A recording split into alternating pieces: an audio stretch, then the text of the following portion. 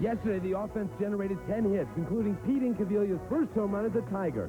And the bullpen pitched 5 scoreless innings to lead Detroit past New York 11-5.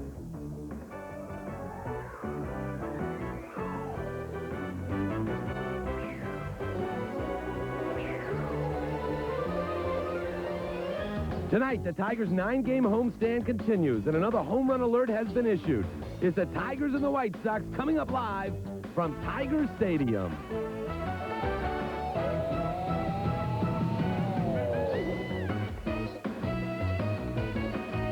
Tigers baseball, brought to you by Budweiser. Beechwood Age for that clean, crisp taste. This Bud's for you. Good evening, everyone, and welcome to Tiger Stadium. I'm George Kell, along with Kaline. The White Sox are in for the weekend. The amazing White Sox. They've got a brand-new ball club, a good ball club. A lot of people think, including Kaline, that they're going to be winners this year. I like them a lot, particularly if their young pitchers perform the way they did a year ago. I think by the addition of Tim Raines in left field, the DH, I think they're going to create a lot of excitement, and plus the fact that some of the young players like Sammy Sosa and the addition to Corey Snyder, I think they have an excellent chance to win. Well, a lot of clubs over in the American League West took heart last year when they saw the Cincinnati ball club destroy Oakland, and they made some changes. California's made some. Kansas City went into the free agent market, and the White Sox got Tim Raines, as you say, and hey, they say this is not an invincible ball club, the Oakland team. Well, I don't think so. I expect their pitching to go down. In fact, they've had some key injuries to some of their pitchers over there. 2 of their long relievers have gone down and are going to be missed for a couple of weeks. But, you know, they have an abundance of talent at Oakland. They brought a guy up from minor leagues who pitched, I think, 6 innings and shut somebody out just the other day. So they're going to be tough, but I just don't expect their pitchers to do as well as they did a year ago. Well, we're going to see 2 fine young pitchers here tonight. Steve Searcy's going to pitch for the Tigers. Steve has been like this ever since he's been in the major leagues. You put him back in the minors, and he pitches well. And, Al, you bring him up here, and I don't know. You don't know what to expect from him. Great expectations from this guy. He's done really well down the AAA. You know, there's you see there, earned run average is great. He gets up here, and he falls behind in the count, and he has to challenge the hitters. It really didn't pitch well in spring training, George. His first 3 times out, he pitched rather poorly, but his last time out was encouraging. He got ahead of the hitters. He has to throw his fastball, slider, and his great pitch is the straight changeup. He has an excellent straight changeup, but he can't use it all the time. He has to throw his fastball and show the other team that he has a good fastball. Well, down in the other bullpen is Alex Fernandez, and boy, the White Sox like this guy. Big, strong fella, throws hard, good slider, and they like him a lot. Well, George, he was their #1 draft pick just last year, and you can see his record there. He went through their minor league system very quickly. In 7 starts, he won 6 of them, and look at the earned run average, and he won a promotion up to the ball club at the end of the season, pitched pretty well. In fact, Tom Paciorek, one of the announcers, said he pitched much better than his 5-5 record indicates. And he was all world in college. He was the guy most teams wanted. He's got a great arm. He throws well, hard, and he throws 4 pitches and gets everything over the plate. Well, this will be the first time the Tigers have seen him. They did not face him last year, and as Al pointed out, he came up at the end of the year, pitched extremely well, and he is right in the heart of the rotation. This is the 3rd ball game the White Sox have played. They won 2 in Baltimore. They went into Baltimore and won 2. In fact, this Chicago ball club is on the road until next Thursday when we're over there to open the season. That's kind of strange. Well, I think it's kind of weird to begin with. I was watching Jack Moore's pitch, and he was out in Oakland. Here's a dome stadium, Minnesota, playing in the warm weather town. And you can say that about everybody, Seattle and California and so on and so forth. But here you had the cold weather, teams playing here for a week, 10 days, whereas they should be playing either in the domes or out west. I said this one time to Jim Campbell. I said, why do the cold weather teams all play each other at home and the warm weather team? He says, hey, you want to make out the schedule? It's a tough job. I guarantee it's a tough job making out the schedule. It is a little weird. A dome stadium ball club like Minnesota's in Oakland and San Diego's in San Francisco and places like that. But the Chicago club and the Cardinals, too, over in the other league, are 10 days on the road before they go home. Now, we open in Chicago next Thursday, brand new stadium. I'm looking forward to that. Oh, I am too. After where we had the broadcast from, it's going to be a picnic going over there now. Somebody said, is it going to be better facilities for the broadcasters over there? It's got to be better. The White Sox Park, God bless them, I love Chicago and everything about it over there, but the worst facilities we had in all of baseball. Oh, it was tough, but again, I watched some of the show on ESPN, and from the Chicago station, they showed a brief summary of the ballpark, and it looked really great. And we'll be right back at Tiger Stadium after these messages.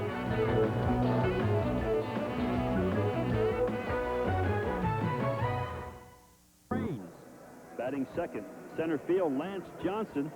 The third batter, Robin Ventura at third base. Batting fourth, Frank Thomas, first base. The fifth batter, the catcher, Carlton Fisk. Batting sixth, Corey Snyder in left field. The seventh batter, Sammy Sosa in right field. Batting eighth, the shortstop, Ozzie Guillen. And the ninth batter, second base, Scott Fletcher. Defensively for the Tigers in the outfield, Mosby, Kyler, and Deere. On the infield, Fryman, Trammell, Phillips at second base, fielder Tettleton behind the plate, and Steve Searcy on the mound for the Detroit Tigers. Steve made 5 appearances in spring training, 4 starts. Didn't do too well early, but settled down the last couple of times and pitched rather well. There's his record of a year ago, 16 games, 2-7. Steve, we've said this many times, and pitching coach Billy Muffet, he has to get ahead of the hitters. He can't get behind and then throw the fastball. He's not overpowering enough. Fastball, slider, and his best pitch is a straight changeup, but he has to be able to throw the fastball to set up the changeup. Okay, here come the White Sox. Tim Raines will lead it off, Lance Johnson, and then Robin Ventura. We're getting our first look at Tim Raines, who's been a star, outstanding player in the National League for so long. White Sox have been looking for the leadoff man, and they've got one. He's a good one. The first pitch of the game, and it's a ball. That's Greg Kosk behind the plate tonight, calling the balls and strikes. Ken Kaiser is at first base. Larry Barnett's at second, and Al Clark, the umpire, at third base. And the pitch is outside, ball 2. 46 degrees at game time on a cool, cloudy Friday evening here at Tiger Stadium. Ball 2, no strikes to Raines. Chops it to the mound. Whoa! Good pickup by a fielder who had to grab it right into the speedy Raines and get out of his way. Take another look at it. Yeah, this could be very dangerous. I've seen first basemen hurt themselves quite badly on a throw like this. You have to reach into the runner, but fortunately he was able to catch the ball and get out of the way. Boy, when you have that kind of speed, you make the fielders do all kind of bad things. Rush the throws, throw it wild. Lance Johnson hits it on the ground towards second. Phillips picks it up. And there's 2 outs here in the first inning. Maybe a couple of innings before Lance Johnson gets over that swing. He hit him right on the fist, and on a cold night, you'll feel that for a long time. Here's Robin Ventura. Second year in the major leagues, and they like this young fella. Out of Oklahoma State, I believe. He was the college player of the year of the century. The century? Yeah. Of the decade. I'm sorry. I'm getting closer anyhow. The decade. It's about the same thing. But they must think an awful lot of him. They batted him third. Oh, hey, he's a good ball player. Swings the bat well. Improving every day at third base. Here's the 1-1 pitch. Makes it ball 2. Ball 2, strike 1 to Ventura. We're in the first inning. 2 outs and nobody on. We've got a strong breeze blowing toward left field tonight. This is foul. Well, Ventura's the guy that had that 58-game hitting streak in college. In college.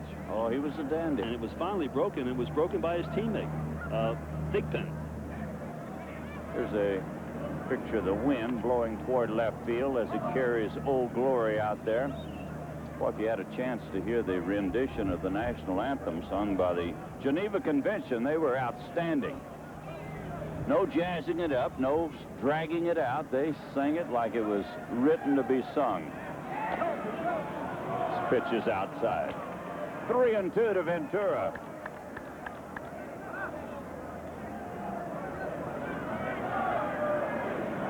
Robin Ventura, if you see, stands a long ways from the plate.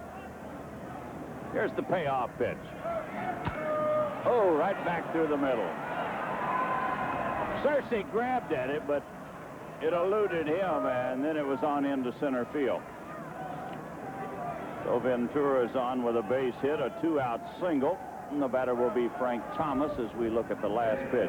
This ball really takes a high bounce. It looked like he was going to make the play, and actually the ball was by him before he reacted.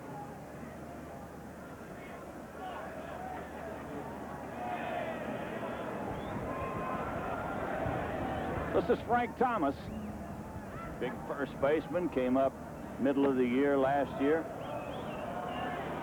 He was another #1 pick by the White Sox. He was picked in the first round, the 7th pick overall in 1989.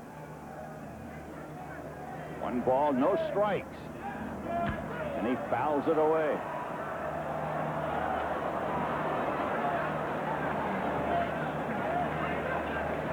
He was a football player in college and at Auburn. You can look at him, you can tell he looked like a big linebacker. Played on the same team with Bo Jackson. He did.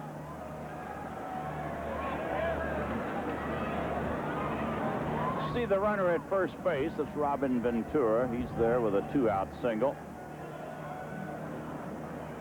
The 1-1 pitch to Thomas. Makes it ball 2. Ball 2, strike 1.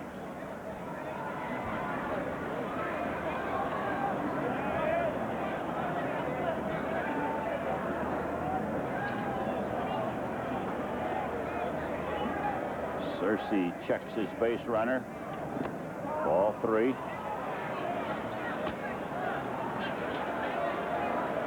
This has been his problem and what the Tigers worry about. He gets behind the hitters. He was behind Raines 2-0 before getting him. Behind Thomas now. Ball 3, strike 1. This big guy will be ready for this pitch. And he hits it on the ground to shortstop. Nothing across. We go to the bottom of the first. No score. Okay, here's the batting lineup for the Tigers, brought to you by Kroger. Leading off at second base, Tony Phillips. Batting second, Lloyd Mosby in left field. The third batter, Alan Trammell, shortstop. Batting fourth, Cecil Fielder, first base. The fifth batter in the DH, Pete Incaviglia. Batting sixth, Rob Deere, right field. Batting seventh, the catcher, Mickey Tettleton. The eighth batter at third base, Travis Fryman. And batting ninth, playing center field, Milt Kyler. Defensively, for Chicago, Snyder, Johnson, and Sosa in the outfield. Ventura, Guillen, Fletcher, Thomas, Carlton Fisk behind the plate. And Alex Hernandez is on the mound for the White Sox, just 21 years old. And he was the #1 draft pick by Chicago, June of 1990. He worked his way quickly through the minor league system in 7 games. Won 6, lost 1. That's his record of a year ago. 13 games, 5-5. He pitched extremely well. He had 3 complete games, and 10 of his 13 starts were quality starts for the White Sox. So with the Eric King going to Cleveland in a trade, he has taken over the spot, and they like him a lot. He throws hard. He has 4 basic pitches: fastball, curveball, slider, and a changeup. And from what I understand, he throws them all for strikes. So it'll be Tony Phillips to lead off for the Tigers. Phillips, Mosby, and Trammell in the first inning. That's what Tony the Tiger did in 1990. 8 home runs. The pitch to Tony is outside. Milwaukee's at Toronto, California at Minnesota. The Yankees are in Kansas City tonight.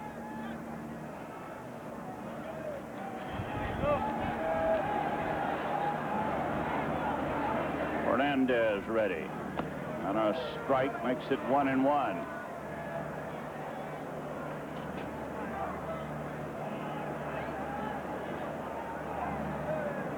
They're rather shallow in the outfield for Phillips. Deeper in center than right or left.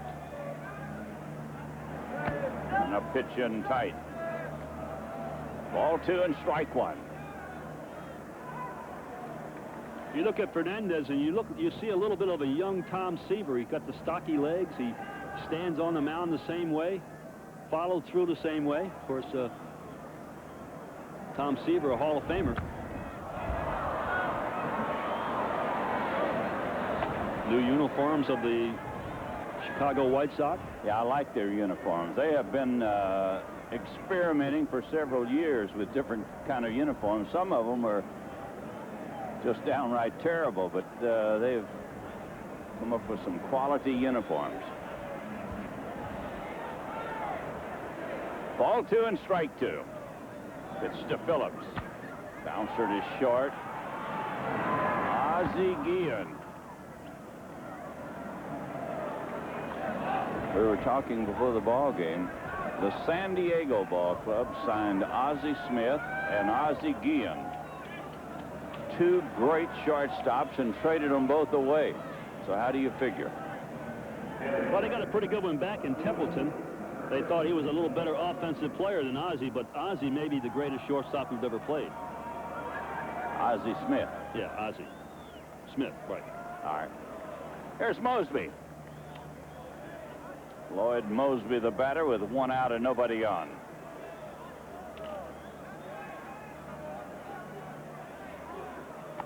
And a strike. He changed up on him. San Diego 4 and the Dodgers 2. There's the final score. There's the hitting pattern on Mosby. They bat him second, hoping that he can pull the ball a little bit more. But you see there, he still hits a lot of balls to left field. And the pitch is in tight. 1 ball, 1 strike. Great night for a pitcher. Nice and cool. Hit the hitters on the handle with the bat, end of the bat. Wind blowing in somewhat. Got that one on the outside corner, and Mosby swinging late makes it 1-2. Well, you can see this kid's been around. He's a great pitcher in college. He threw the high fastball inside, then went right away with the fastball. Well, he looks a lot like Tom Seaver. Same profile. And he got him right on the outside corner, and Mosby is out on strikes. Him right back with the same pitch. Pretty tough to see the plate there, but you can see looked like it went across the white line. But again, our camera angle is a little off center, and you can't tell, but it was pretty tough to see home plate from that shot. You ought to brush the home plate off. There's Trammell with 2 outs and nobody on. Strike on the outside corner. That's Greg Kosk behind the plate, calling the balls and strikes. Ken Kaiser, Larry Barnett, and Al Clark around the bases. The 1-strike pitch. This one's fouled away. And it's quickly strike 2 to Trammell. Jeff Torborg is the manager of the White Sox. Sammy Ellis, pitching coach, right next to him.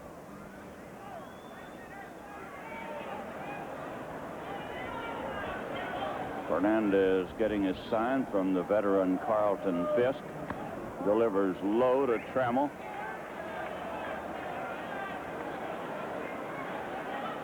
One ball, 2 strikes.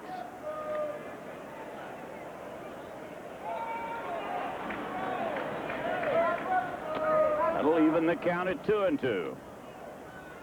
White Sox open in Baltimore, and they swept the Orioles, winning 2 straight as we look at Sparky. You don't have to identify Sparky, not to Tiger fans. This one hit the first base on an easy play for Thomas. At the end of 1, it's 0-0.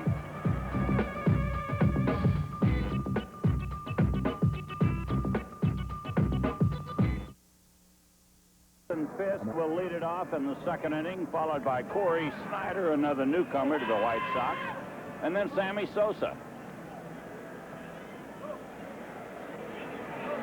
Carlton Fisk, a lot like Boone, just goes on and on, although Boone got his release, I think, didn't he, by the Seattle Yes, he club? did, by Seattle, but this guy is just an amazing athlete. 43 years old, a rookie way back in 1972, his 20th year in the major leagues. He is just a great athlete, takes great care of his body, and is the real leader of this ball club. All-time leading home run hitter for catchers in the history of the game. He's the leadoff man as Searcy gets ready, and the pitch is a strike. Steve Searcy gave up a single, a 2-out single in the 1st inning. 18 home runs last year, a good batting average. He didn't play very much this spring, George. He had surgery on both his knees, a little scrape job on both knees. He only played in 8 games. He taps it on the ground to first. Cecil Fielder picks it up, and there's 1 out here in the 2nd inning. We're going to pause 10 seconds for station identification on the Tiger Baseball Network.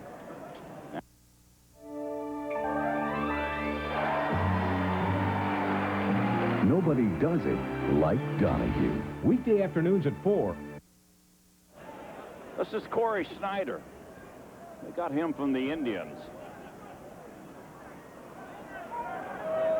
Corey Snyder at one time looked like he was going to be a great ball player, but it hasn't worked out yet. No, he's hasn't been able to cure his strikeouts, and his batting average has continually dropped every year, and he no longer is hitting the home runs.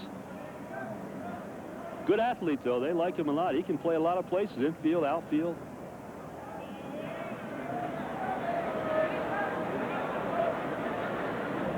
Searcy gets ready, and the pitch is a strike. He's getting the fastball over. And a good live fastball tonight. Here's the 1-strike pitch. That'll make it 1-1. Well, on a night like this, the hitters are not nearly as aggressive as they would normally be. They are going to be a little bit more selective. They don't want to get hit on the handle or on the end of the bat. We'll make it 1-2. Baltimore will be in Texas tonight, and Seattle will be in Oakland.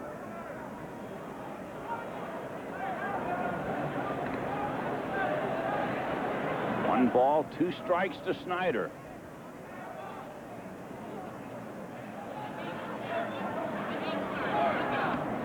We'll make it 2-2. Searcy's got a good changeup, and they like to throw off-speed pitches to Snyder. Oh. He didn't hit him, but he thought he was hit.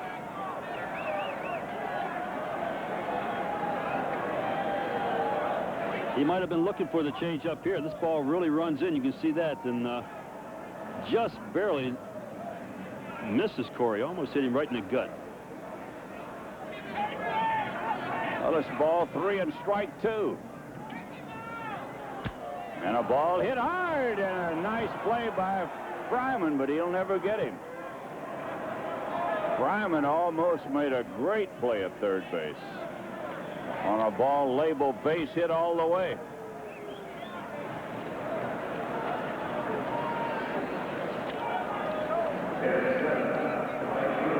Was the last pitch, and here's this change-up. Pretty good pitch. He reaches out and hits the ball. It's out over the plate. As George mentioned, almost a great play by Travis at third. There's Sammy Sosa. This fella had a couple of home runs on opening day in Baltimore. Not normally a home run hitter, but he had 2 on opening day. And 5 runs batted in. Pretty good opening day.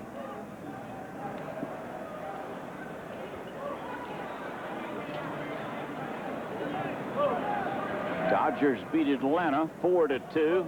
That's the final. And St. Louis leading Chicago 5-2.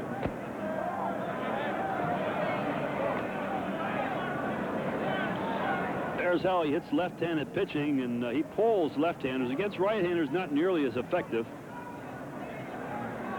One of the players they got from Texas. This ball club has done a good job of keeping their #1 draft picks and signing young players. He had a good rip at a fastball. They were in a period a few years ago where they were losing, and they were willing to get rid of some of the older players like Harold Baines for some young talent, and now it's paying off for them.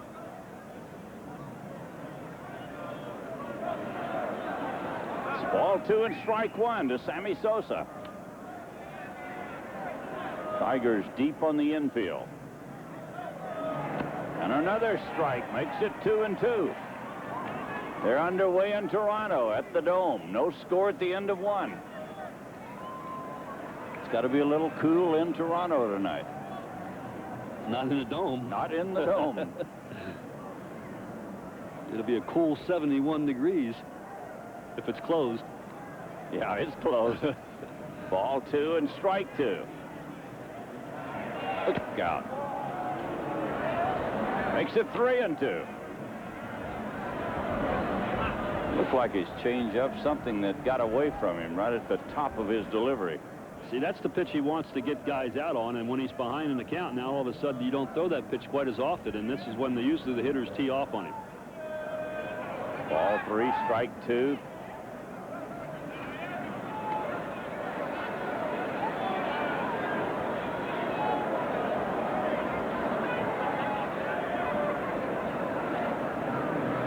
Good shot from our center field cameras. You see Tettleton giving the signs. And the payoff pitch. He walked it. Well, Sammy Sosa gets a walk. White Sox put him at first and second for Ozzie Guillen.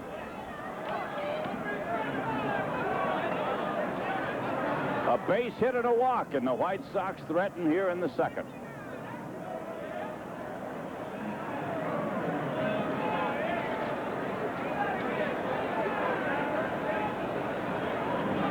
Can you believe they gave Fryman an error on that ball at third base? We've just been informed. Oh, boy. No way.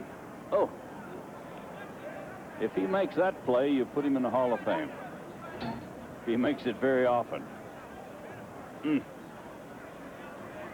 Here's Guillen, Ozzie Guillen, the batter, and they shorten up on him. Cersei having problems right now getting the ball over the plate. Guillen had his best year offensively, was hitting very high up until the end of the season. All-star shortstop for the second straight time. 1 ball, no strikes. And the pitch is high, ball 2. But that ball that was hit through the middle has really upended, I think, Cersei. He really is not bending down now. He seems like he's throwing the ball and recoiling and not really following through. It's going to bring Billy Muffet out. Well, when you're in a jam and you got a little left-handed hitter up there, you got to get the ball over to a hitter like Guillen, who's a pretty good hitter, but he is a left-handed batter. And you got to get the pitch over.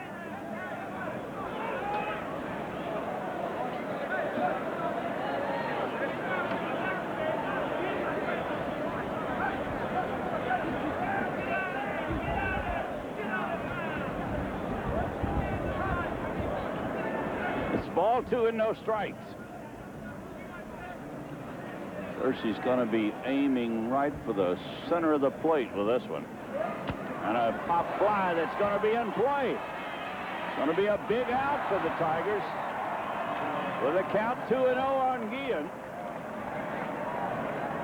He popped him up and broke the bat right off in his hands. Well, he really split the bat right in half.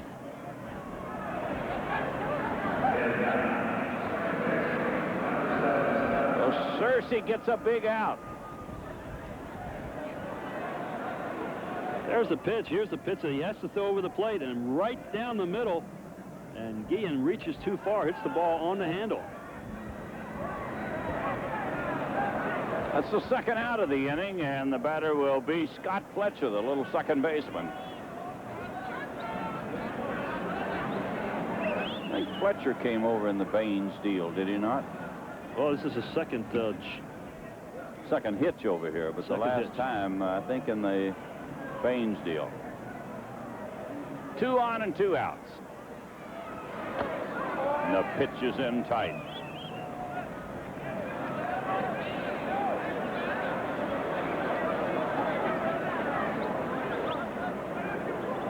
Searcy got the first batter, Carlton Fisk. Then a single, an error now by Snyder at third base. He hit a shot. Fryman knocked it down. They gave him an error on the play. Sosa drew a walk. And then Guillen fouled out. Now the pitch coming up to Fletcher. It's ball 2. Ball 2 and no strikes.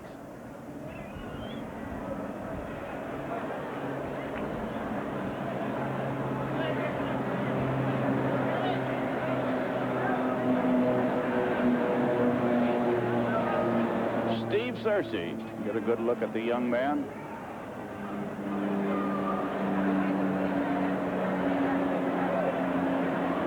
He knows he's got to throw a strike to Fletcher right here. Same spot he was in with Guillen. And a ground ball to second. That'll get him out of the inning, and no score across. We go to the bottom of the second. It's 0-0.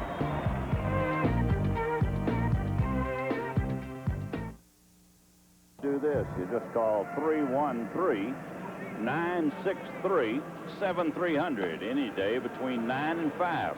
You can use your Visa or your MasterCard to order early for the best seat location. That's 963-7300, and you can charge your tickets by phone. It's 0-0 as the Tigers come to bat in the second inning. Cecil Fielder, Pete Incaviglia, and Rob Deere will be the batters. 3 big right-handed hitters against the strong right-hander Alex Fernandez.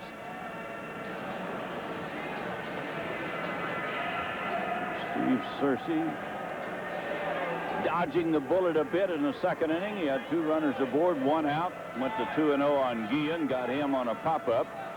2-0 on Fletcher, and then a bounce out.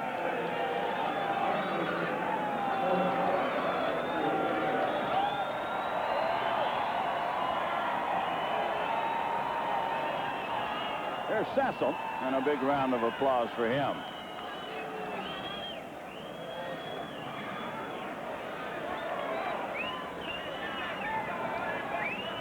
"51 home runs. Well, he'll live with that forever. Not too many people have ever reached the magic number of 50.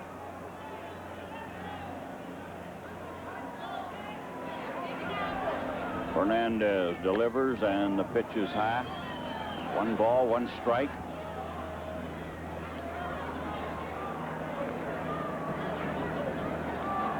There's the home run total. That should go up, maybe go up some for Detroit this year.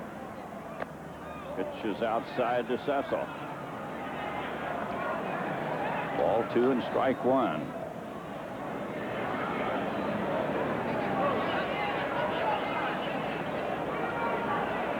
Fernandez ready, and the pitch. Ooh, he had a rip at it. Makes it 2-2.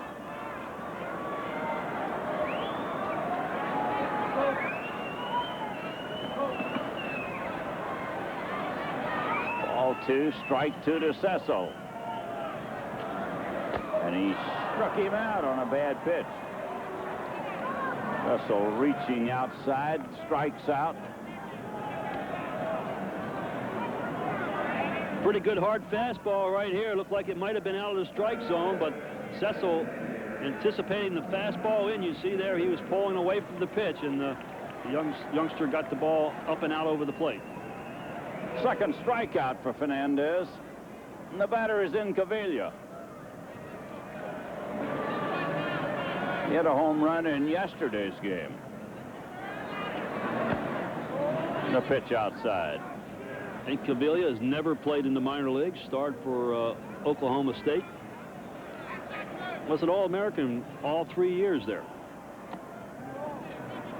Makes it ball 2. Ball 2, no strikes. There's his hitting pattern. Hits a lot of balls to right field, and certainly in the summertime here at Tiger Stadium, that'd be very good. He checks his swing, and it's ball 3. 3-0 to Incavilla. And Rob Deere will bat next.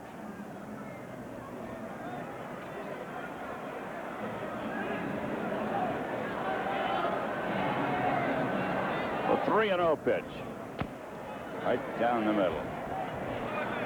This youngster looks like he's got good control, even though he went to 3-0 on Incavilla.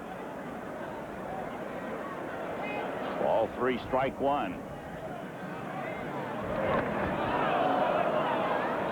And the count goes full at 3-2. Cardinals scored a run in the first inning. The Phillies got 2 in the bottom of the first. That's in Philadelphia tonight. And a foul back on the screen.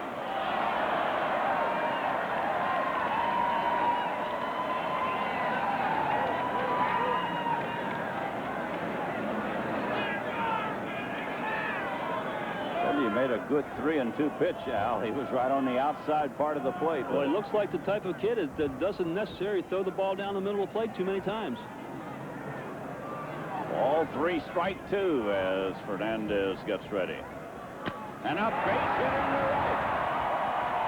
Incavilla hit it hard into right field, and the Tigers have their first base runner.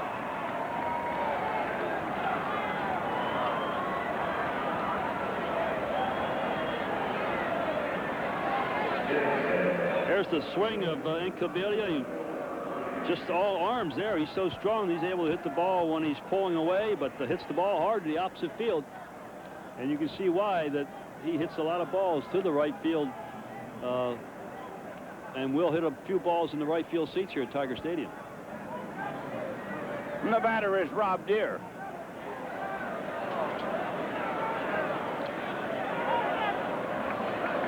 Runner at first, 1 out. We're in the second. And a strike to Deere. Rob got his first hit as a Detroit Tiger yesterday. 2 runs batted in. Tigers down early, 4-0 against the Yankees, rallied and scored 11 times to win it 11-5. Boy, Rob Deere had his pitch. Got a fastball to the inside part of the plate, and he fouled it away.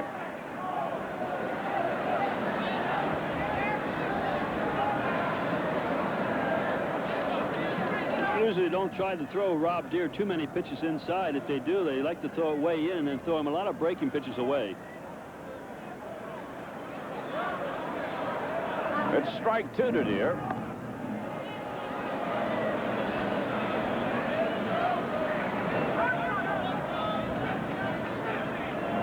Runner at first is Incavilla, 1 out. We're in the second. And there's no score in the game.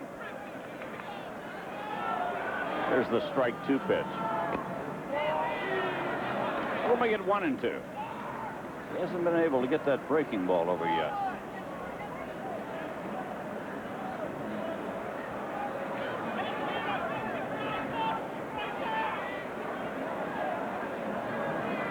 Big Rob Deere waiting on the 1-2 pitch.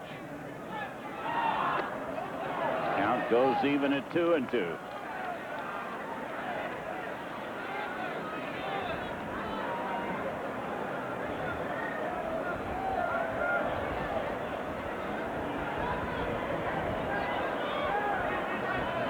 Rob Deere is one of the few right-handed batters. You'll see the shin guard there. Mostly left-handed batters use that, but the 2-2 pitch is outside, ball 3. Well, he went to 3-0, then 3-2 to Incaviglia. Now 3-2 to Deere. Well, let's see if he has enough confidence in his breaking ball to throw it here at 3-2. I think he'll challenge him. Ball 3, strike 2, and he goes to first base with it.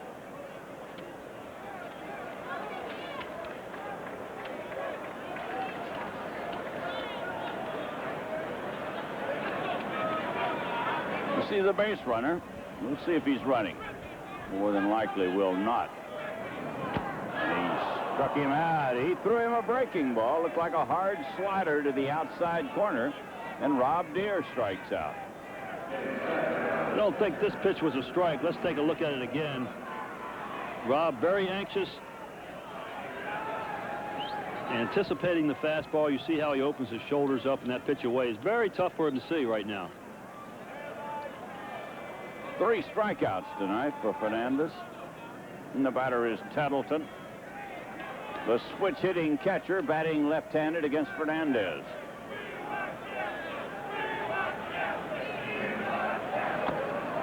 Pitch is outside.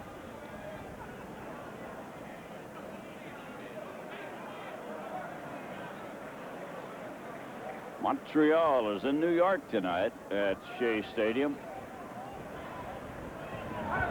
There's a pitch outside.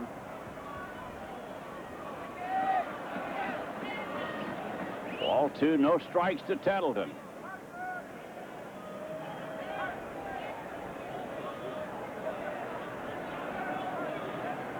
Never have figured out who played at Wrigley Field today. They had St. Louis up there first. Now they got Baltimore, it looks like. At Wrigley Field? Yeah. 3-1. Whoever played beat the Cubs. 3-1. Look out. It's Pittsburgh. They've got BAL up there. First it was St. Louis. St. Louis is in Philadelphia. Yeah, I watched a little bit of the game from Chicago. Cold and windy at Wrigley Field. Wind blowing in. Pittsburgh won it. I don't know who won it, but that's who was playing. Tettleton waiting on the 2-0 pitch. Ball 3. He's gone to 3-0 on the last 3 batters. 3 balls on the last 3. 3-0 to Incaviglia and Tettleton. 3-2 to Rob Deere.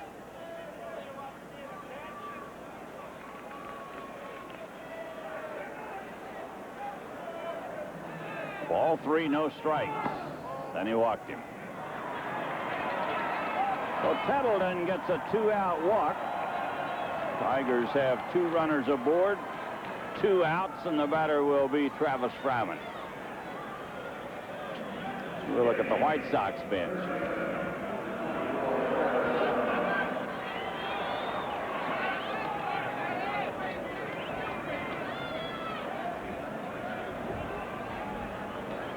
This young man threw nothing but strikes in the first inning. He's been having some problems here in the second. Went to 2-2 on the opening hitter, Cecil Fielder, before he struck him out. Then ball 3 on the next 3 batters. Here's the breaking ball outside.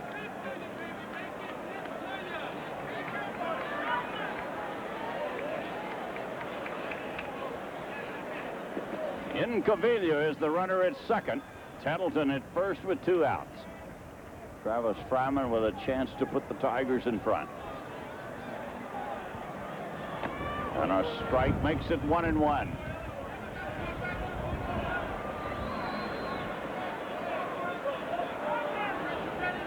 California's at Minnesota tonight. The California Ball Club 3-0 on the year. They swept Seattle in Seattle to open the season. There's a high pop-up. Going to be in play. Robin Ventura makes the grab. And at the end of 2, it's 0-0. Free tickets to an upcoming Tiger home game. You can, you know. if you just enter our Tiger Trivia Contest. And to enter, you send a postcard with your name, address, and phone number to Tiger Trivia, Post Office Box 428, Detroit, Michigan 48231. And Al's going to have the first question of the season next Thursday from Chicago. That'll be an afternoon game. We'll help the White Sox open the American League season. In their new ballpark. In their new ballpark, is right. And that's the kind of night it is.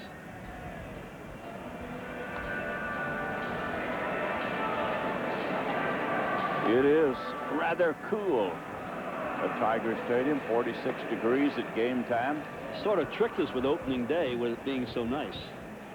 Then all of a sudden, what was it, 72 or something? it was absolutely perfect. Absolutely. It's going to be the top of the batting order for the White Sox. Tim Raines, Lance Johnson, and Robin Ventura. Raines bounced to the mound to start the game. Raines had a chance to go several different places here in the American League. He wanted to get back on grass, but he wanted to go with the White Sox because he feels they play more his style of baseball, more wide open, and he wants to lead off.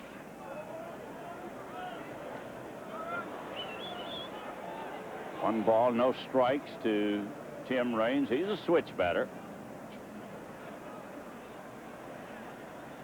Searcy delivers, and a drive hit deep to right. This ball is going to be over the head of Deere. And a two-base hit for Raines. Looks like for a moment he might have a chance to catch it, but just out of the reach of Rob Deere in right field. Well, Rob plays a shallow right field, and sometimes you're going to get caught playing in there, but he will make more plays in front of him than the ones that will get over his head. This ball was hit very hard. Tim Raines is not an automatic out. He does have some pop in his bat. So he's at second, nobody out, and the batter will be Lance Johnson. And they're going to be ready for the bunt. Yeah, tough play for Travis Fryman right now. He's the guy with a great bunter, and you have a man at second base with tremendous speed. And he's not in near close enough either.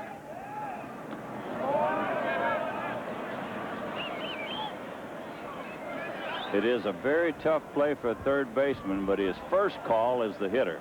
He's got to play the hitter, and he's playing the runner right now.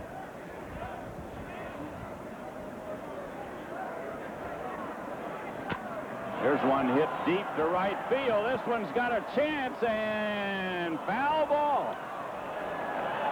Oh, Johnson, who doesn't have that kind of pop in his bat, drilled it deep down the right field line. The wind seemed to hold it up, and it fell in foul ground. And you would think this ball was going to hook foul, but the wind blowing towards left field kept it straight. And it looked like from our angle, it was going to be a home run, but you can see there the wind knocked it down and just foul. One ball, one strike. Fryman backing up. Now he's coming in a bit. He'll be bunting right here. He took his one swing, and that's it. Ball two and strike one. On a night like this, you want to move that leadoff man over to third base if you can. One run can get very big. Check swing, and Searcy's helped out a little bit. Bad pitch. Johnson checked his swing, and for all practical purposes, that may take the bunt away from him. And a pretty good chance that he won't pull the ball on this pitch, too. Two strikes, you tend to want to protect the plate a little bit more, and he's a natural left field hitter. It's ball two and strike two. That makes it 3-2 to Johnson.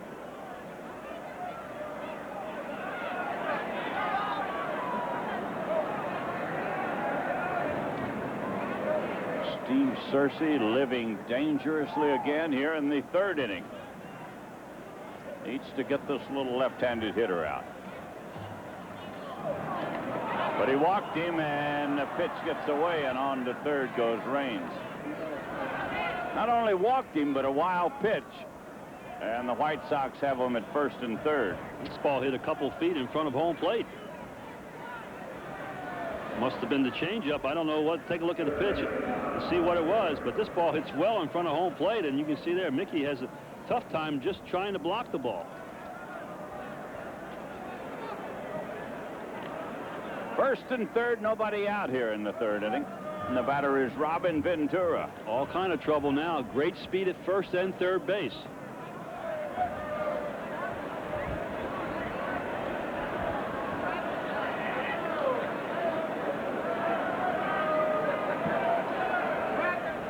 This fella had only 23 extra base hits and 493 times at bat last year.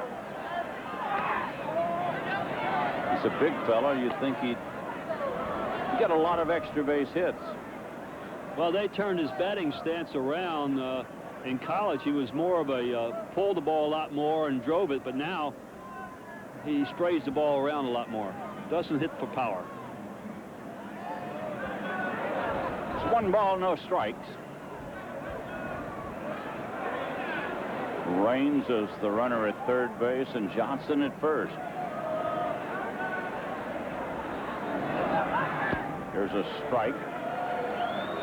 Evens the count at 1-1.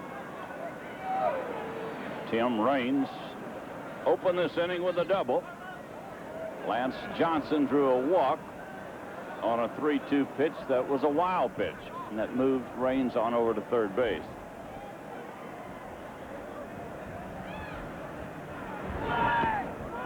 And this one is over but low. It's ball 2 and strike 1. Robin Ventura had a single his first time up. He puts the ball in play, doesn't strike out that much. Ball 2, strike 1, out. Ball 3. 3-1 to Ventura.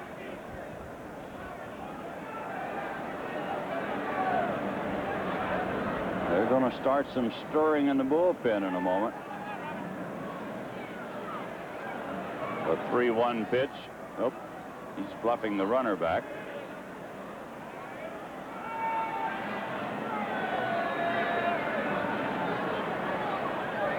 Steve Searcy gets ready. And the ball hit foul.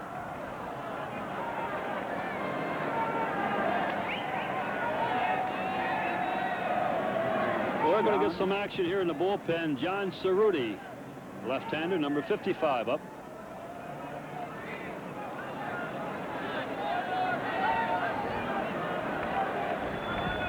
It's ball 3 and strike 2 to Robin. Johnson will be running, you can almost be sure. Ball hit the shortstop, go to second. They didn't get anybody. I tell you, with Johnson running, Alan Trammell took a big chance and it didn't work. Yeah, it was going to be a bang-bang play, whether or not he got him in the first place, but he was off and running. As we take a look at it again, tremendous speed, 36 stolen bases, and here it is. Oh, I don't even know whether or not he would have been out, but the ball was thrown a little bit into Tony's feet there. Look at the ball down low. Normally, you want that ball about chest high. Raines scores on the play. The White Sox lead it 1-0. Still have 2 runners aboard with nobody out. And the batter is Thomas, who takes a strike.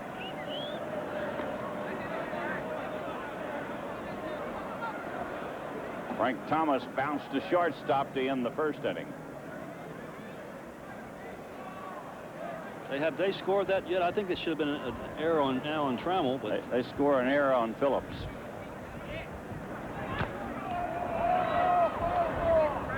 That's a tough error for Tony Phillips. Well, I'm telling you, we're 0 for 2. I'm definitely 0 for 2. No way.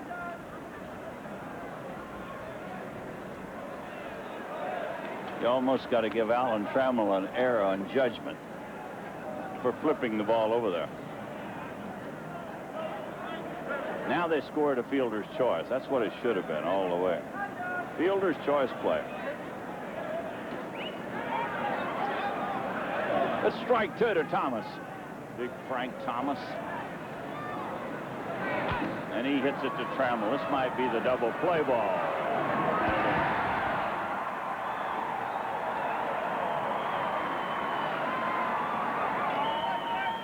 Trammell flips it over to Phillips, and they turn the double play, a big, big double play. On to third goes Johnson as we look at it again.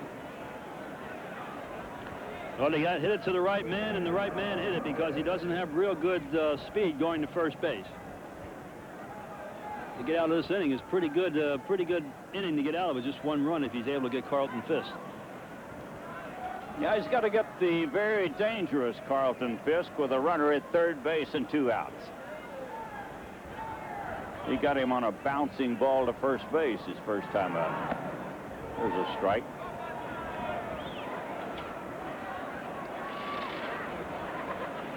All-time White Sox home run leader, 192. He's now played more games for the White Sox than he did with Boston. He hits it to Trammell. It's going to get him out of the inning, and very well out of the inning with only 1 run being scored. And the White Sox lead it 1-0. Fans in attendance at Tiger Stadium this weekend will receive a calendar. Compliments of the Tigers and Budweiser. The calendar features Tiger favorites and actions and lets you know where they will be happening all season long. So get your tickets now for calendar weekend. It starts tomorrow. All compliments of the Tigers and Budweiser. It's a 1-0 ball game. The White Sox in front as the Tigers come to bat in the 3rd inning. Milt Kyler will be the leadoff man, Tony Phillips, and then Lloyd Mosby.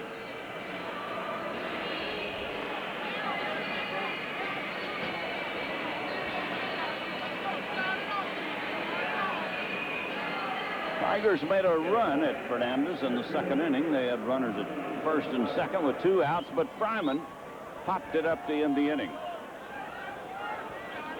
And they've had only 2 base runners, a single by Incaviglia and a walk to Tettleton.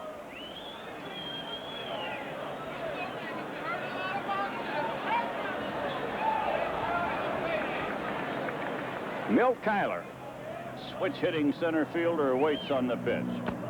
And it's outside. They play Milt way around the left field. Tiger coach has been impressing on him to be able to lay that ball down and move that third baseman in. And he fouls it away. Only player on the Tiger team with great speed. He had 52 stolen bases last year for Toledo. Well, if he bunts here, he's almost got to drag it toward first base. Robin Ventura playing in very shallow at third. And he bunts. And he's out. He dropped a good bunt, but Ventura playing in very close at third and made a good play on it. This is a very good bunt, close to the line, which you want to do. You want the ball down close to the line or foul. Great barehanded play by the youngster at third base, and a good throw. He has a good arm. First out of the inning, and it brings up Tony Phillips. Tony bounced to shortstop to start the game.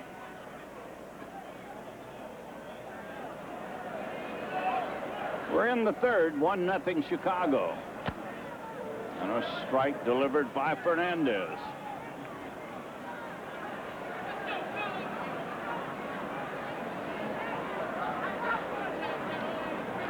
Lou Whitaker is out with a mild injury, and Tony Phillips playing at second base. Here's strike 2. Strike 2 to Tony.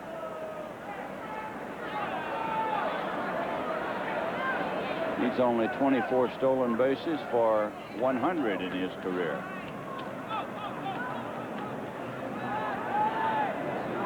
The strike 2 pitch to Phillips. Ball to center. Lance Johnson will pick it off. Chuck Wozlicka just got through telling us there had not been an out made in the outfield, and Tony the Tiger says, I'll rectify that. Fly ball into deep center, picked off by Johnson. Second out of the inning, and it brings up Mosby.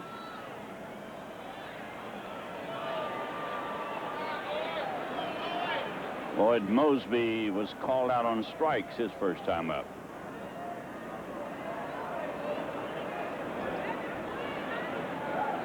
And he bounces it to third.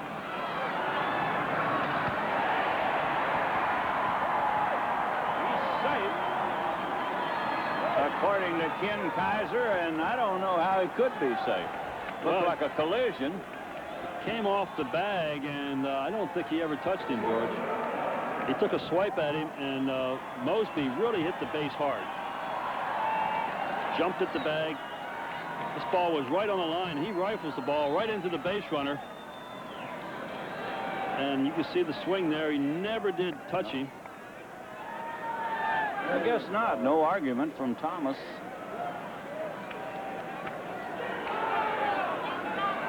No, he didn't. He's still swinging at him.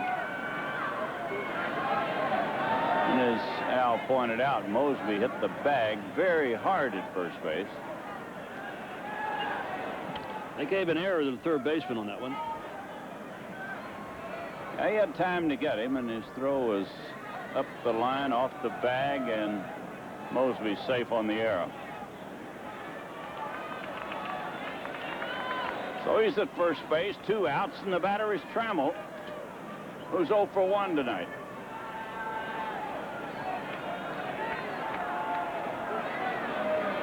White Sox lead it 1-0 here in the third.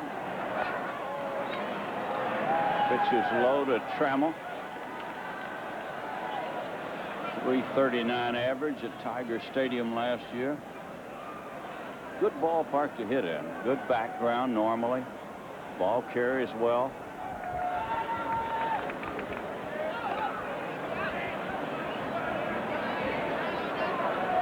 Ball comes at you out of the blue out there, which you can pick up very well for many years out of the green. And the overhang helps, too, because there's a natural background with the overhang. Here's the hard slider for a strike.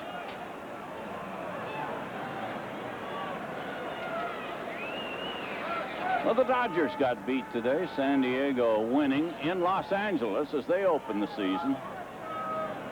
At home, the Dodgers.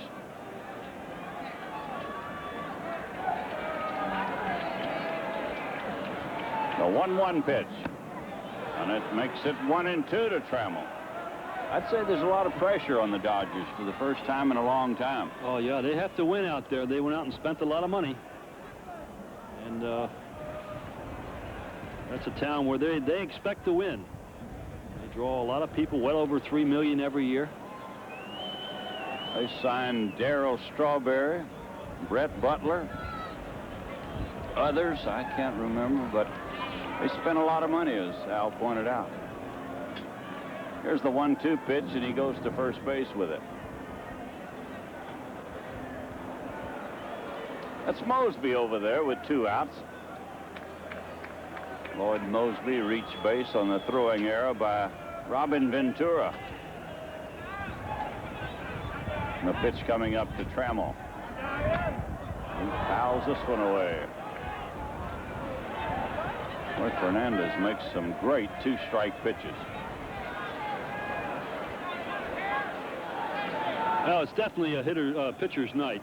The hitters just don't react the same in this kind of weather. They just not loose. They're not aggressive at the plate. We'll do it again as Fernandez gets ready. And another foul ball.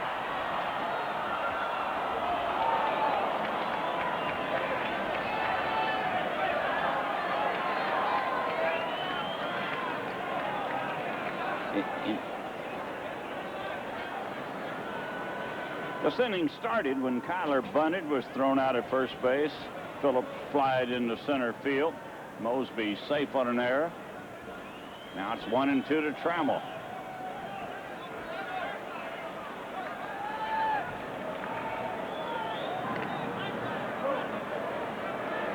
Fernandez has been able to get a couple of good, hard sliders over to Trammell. Tough pitches.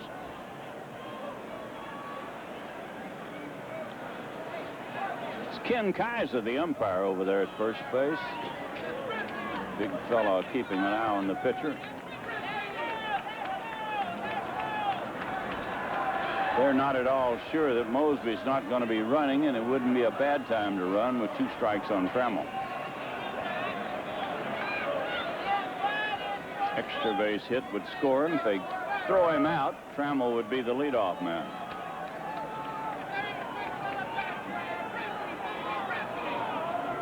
And now time call by Trammell. Kind of confused, Al. He shook Carlton fist off a couple of times, and a lot of times at the plate you get a little set in your mind what's going to come, and all of a sudden the pitcher shakes his head and it confuses you a little bit. There goes the base runner, and he'll steal it. Ball popped out of the mid of Carlton Fisk. It'll be a stolen base for Mosby.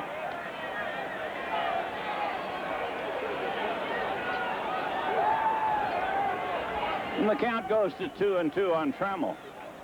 Gives him a little better chance. They can't automatically walk him with Cecil coming up. Ball 2, strike 2. Ball 3.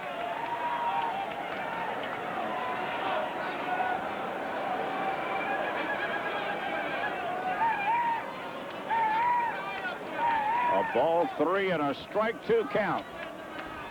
Cecil Fielder would bat next if Trammell gets on. That's the tying run at second base. And he walked him.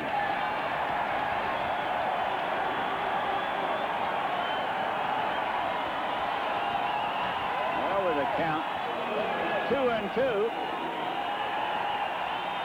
he threw him a couple of breaking balls, and Trammell draws a walk. And the big guy, Cecil Fielder, steps in. Cecil struck out his first time up. Cecil with 5 RBIs this year already. 36 home runs in night games last year and a .300 batting average.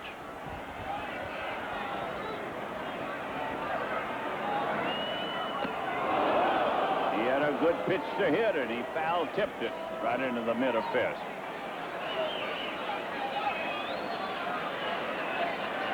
Boy, anything hit down the line in right field, it's going to be a base hit. They give him all of right field, more than most people.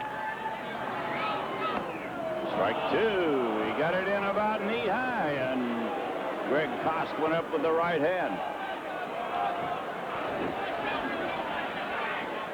Now you see the right fielder well over into right center field, and all the room that Cecil has in right field. This one outside. It's kind of dangerous as hard as this fellow's throwing, because when I played right field, there was only one player I ever moved around that far for, and that was Harmon Killebrew. But Cecil has been known to hit the ball to right field quite a bit. 1 ball, 2 strikes.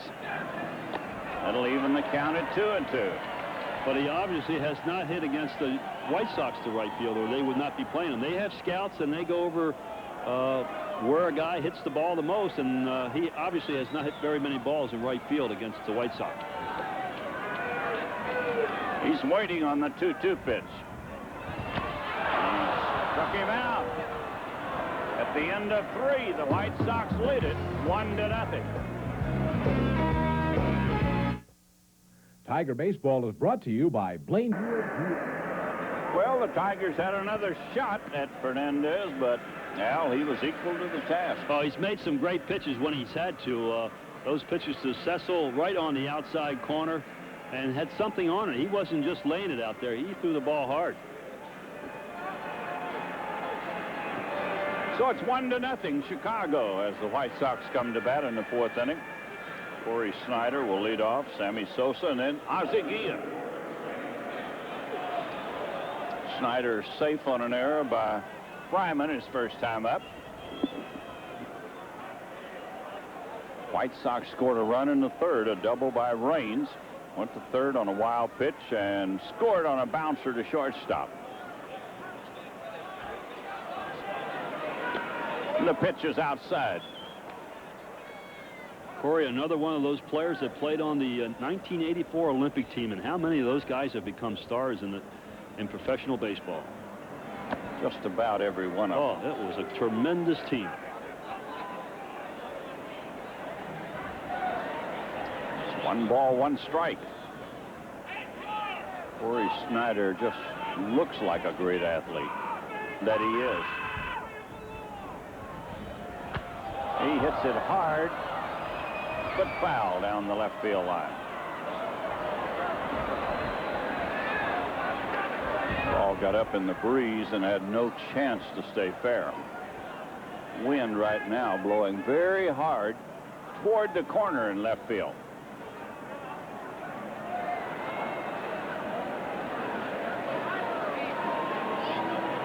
It's 1-2 to Corey. Playing in left field for Chicago. Played mostly in right field for the Cleveland Ball Club. When he first came up, he played a lot of shortstop, third base. Great throwing arm. Him and Jesse Barfield the last 3 years have led all the American League in outfield assists. He fouls this one away.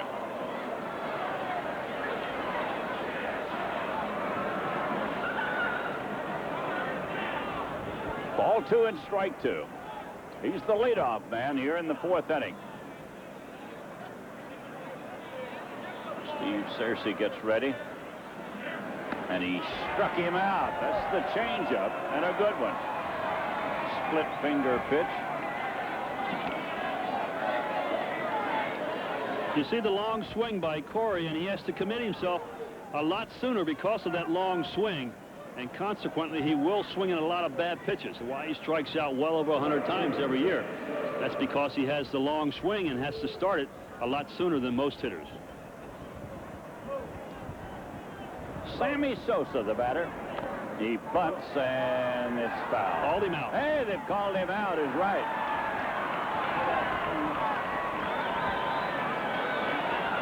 Sammy Sosa ran into the ball in fair territory out of the batter's box, and that's a no-no. And the catcher gets the put out. We'll take a look at it again. You judge. He's called out. The ball has to be in fair territory, and he has to be out of the batter's box. There he is. Takes one step, and he is out. Good call. No protest from Sammy Sosa or anybody else. So 2 quick outs, and it'll bring up Ozzie Guillen.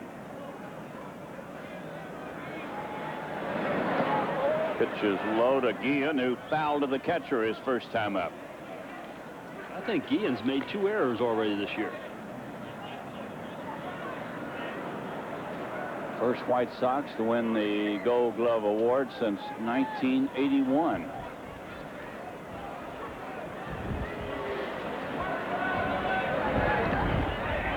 Bounces this one up there. Ball 2, no strikes.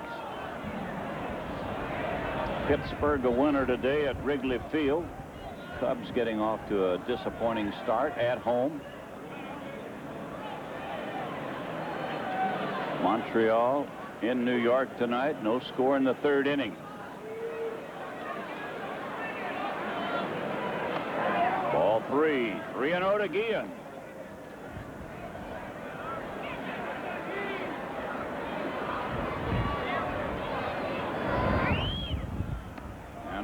Strike. Guillen taking all the way. Makes it ball 3 and strike 1.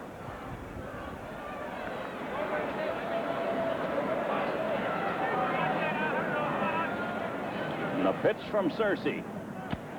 Strike 2. He got the outside part of the plate. Ball 3, strike 2.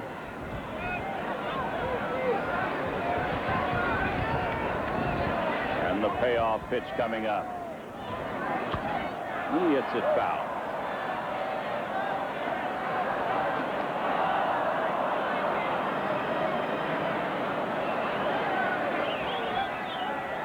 McKeon is a little slap hitter, but you don't walk him very often. He swings the bat.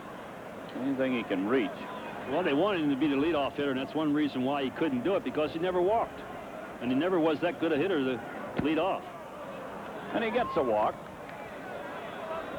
A 2-out walk here in the 4th inning. And the batter will be Scott Fletcher.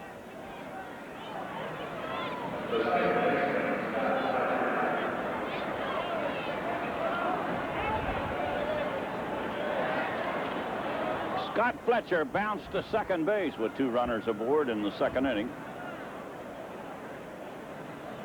.988 fielding percentage, ranks 2nd to Lou Whitaker in 1990. Whitaker with a .991 average.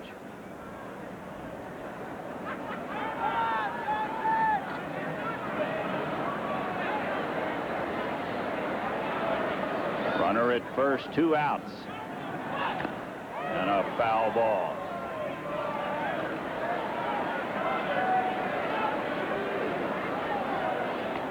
Scott Fletcher was with the White Sox, traded to the Texas Rangers, and then they reacquired him.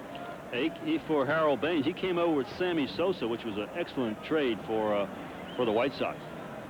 Harold Baines no longer there with Oakland now. And the 1-strike pitch to Fletcher. He bunts and it's foul. Yeah, you remember how the White Sox fans booed Fletcher and Sosa when they came over, and everybody was saying what a great deal it is for Chicago. Baines had the bad knees, couldn't play any longer. Good hitter, but getting up in years, and they get 2 young ball players, and the fans were totally disappointed.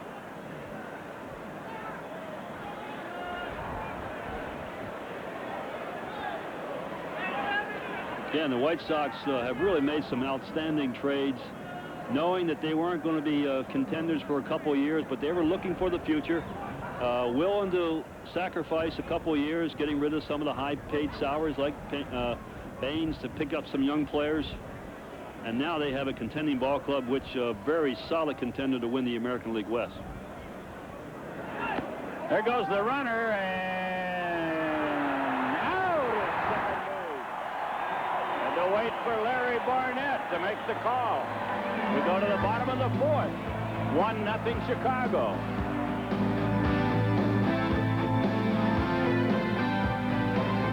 Station identification on the Tiger Baseball Network.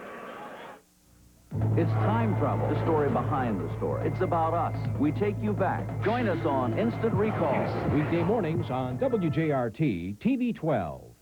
Here's the last play. Looked like a little delayed steal. Look how long Tettleton had to wait for someone to cover second base. And let's see if he makes a tag here. The ball gets there, and see if there's a tag. Oh, sure, there was. Yeah, he had him. I thought maybe he might have been one of those phantom tags, but there's no question that he had him. But a little delayed steal. Tettleton had the double clutch before he threw the second base. Now, you don't see that much anymore. No. Delayed steal. The idea is to catch the shortstop or second baseman with their head down or looking around after the pitch is made. Nothing has happened, and then they glance away for just a second, and all of a sudden here comes the runner and nobody's covering.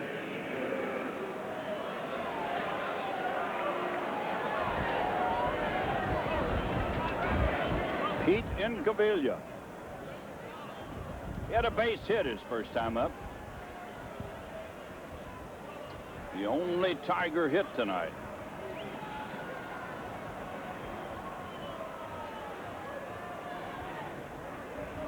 And he pops it high in the air into center field. Lance Johnson camps under it. So there's 1 pitch and 1 out in the 4th inning. and the batter will be Rob Deere.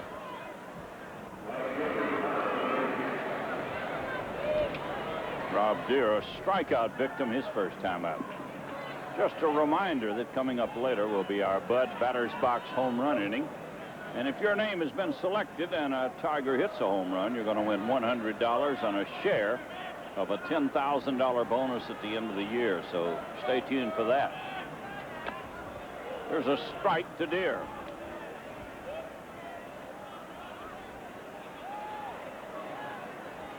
White Sox got a run in the third inning, and that's been it. 1-0 Chicago. Strike two. He got the outside corner, then the inside corner. And Rob Deere says can't be both ways.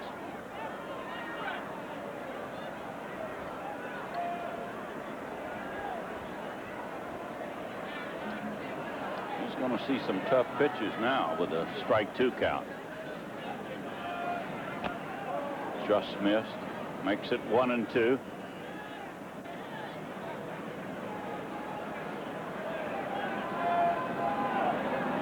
One ball, two strikes, and one out here in the fourth inning. And the count goes even at 2-2.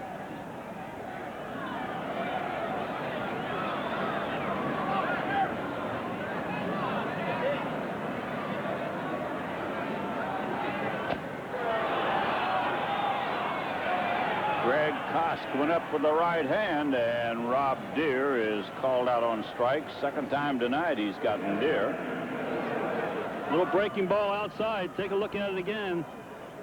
And right on the outside corner. Boy, this young man can pitch it in and out, make the tough pitches when he has to. Certainly looks like a pitcher that will keep a team in the ball game for a while.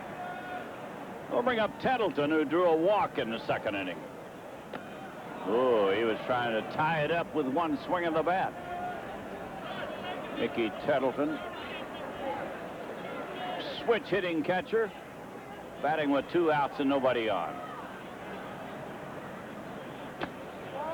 1 ball, 1 strike.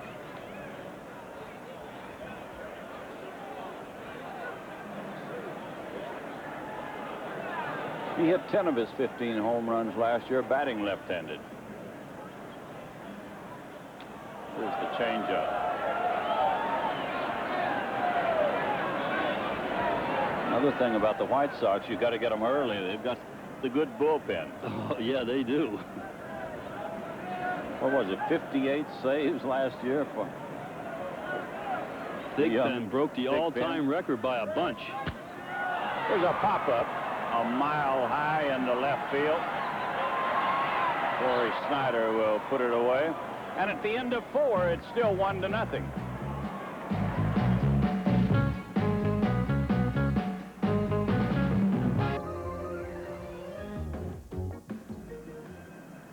Here's our upcoming TV schedule. We're going to be in Chicago next Thursday, April 18th at 2 o'clock to open the new ballpark over there. Then it's on to New York on Monday night, April 22nd at 7:30. And Tuesday night, April 23rd at 7:30 in New York. So we're going to be in Chicago next week and then on to Yankee Stadium in New York. We've got a good one going right here. A couple of young pitchers locked in a pitcher's duel. White Sox got a run in the third inning, and they lead it 1-0.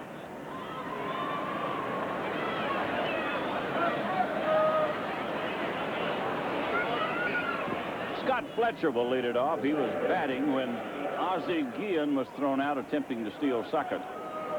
So it'll be Fletcher, Tim Raines, and then Lance Johnson.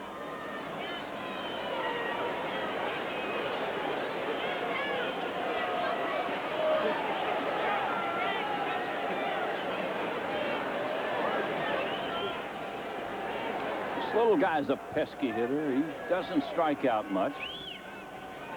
Gets the bat on the ball and runs rather well. He had to be a little shocked after being traded from Texas. He had just led Texas 3 years in a row in batting and then traded. You have a hard time figuring out some of these deals. How the Rangers, they've traded away a whole host of good young ball players. Almost as if they have the idea we've got to win right now. Trade for veteran players, and very often it doesn't work out. Fly ball down the line and foul.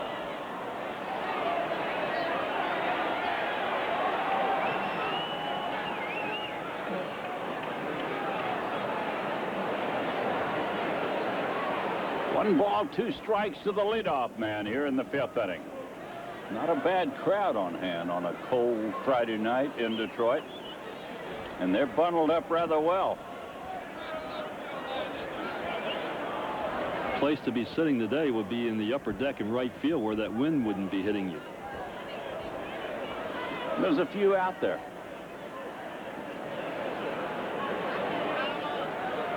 Here's the 1-2 pitch. Ooh. Skipped it by him. It hit in front of Fletcher and skipped by him.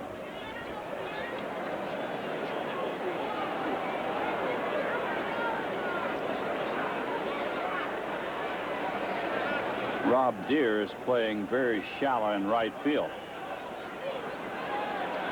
as you might expect with Fletcher at the plate. He struck him out. Scott Fletcher is a strikeout victim. You don't do that very often. He usually puts the ball in play, but that just shows you what kind of a straight changeup that Cersei does have when he's ahead of the count. And you have those hitters well out in front.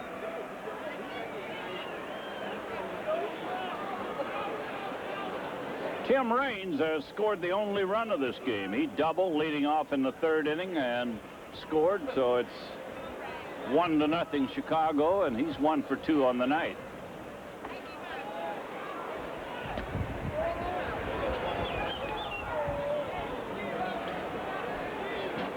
Led the National League in hitting in 1986 with a .334 batting average.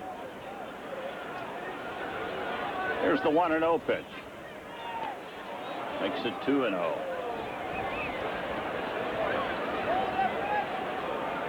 Kind of excited coming over to the American League to go head-to-head with Ricky Henderson. Yeah, they're the same type ball player, I would say. He takes it low, ball 3. Ball 3, no strikes.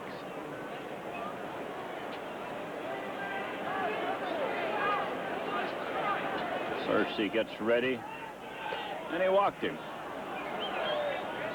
Well, Tim Raines walks on 4 straight pitches.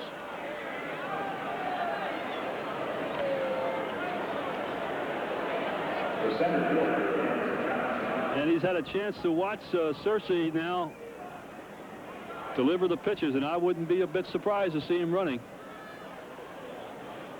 4 times he's led the National League in stolen bases. Great percentage stealer. In fact, he's the all-time leader in stolen base percentage. Johnson hits it towards second. Bobbled and got him at first base on a close play. Tony Phillips bobbled the ball, kept it in front of him, made a quick recovery, and he has to hurry to get Johnson. Yeah, the ball came up and hit him on the chest. Now, I don't know whether it hit the heel of his glove and then came up and hit him, but it did hit him in the chest. But a good play just to get the speedy Johnson at first base. Second out of the inning, down to second went Raines. And the batter is Robin Ventura.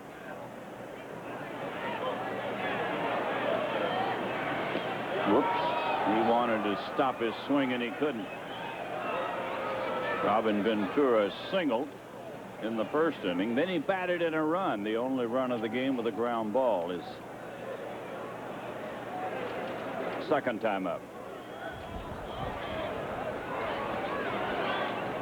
Good stop by Tettleton. 4 Philadelphia jumping all over the Cardinals. 5-1. They've played 3 in Philadelphia. No score in Houston. Giants and the Astros in the Astrodome.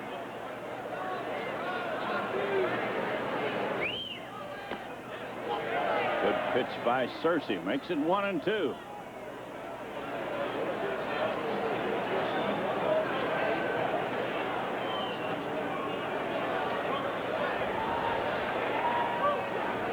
He'd like to get this fella out.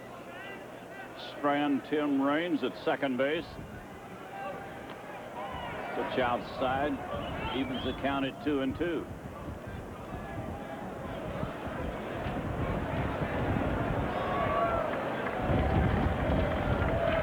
Ball 2, strike 2 to Robin Ventura. And a fly ball to left. Mosby will put it away, and the inning is over. We go to the bottom of the 5th. It's 1-0 Chicago. Ticketmaster Ticket Center for details on your seats to the Tigers games this season.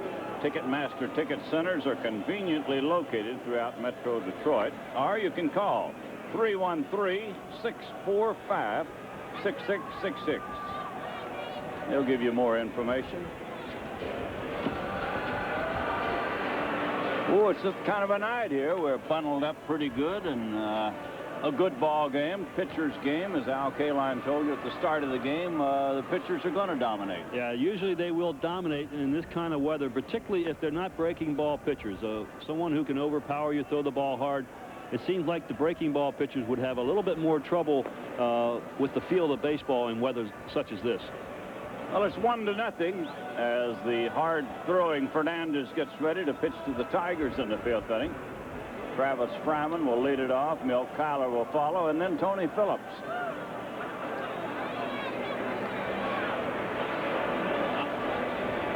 Tigers have had a couple of shots at Fernandez. They stranded 2 runners in the 2nd and 2 more in the 3rd inning.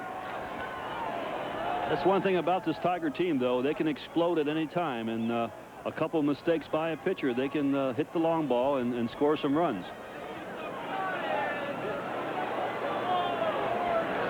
Travis Fryman hit .319 when he was leading off an inning last year. And he's the leadoff man here in the 5th inning. And he hits it deep, way back. Oh, this one is hit a long way and off the fence. This may be an inside the Parker. Oh, he stumbled. Hold him at 3rd. He stumbled, rounding second base.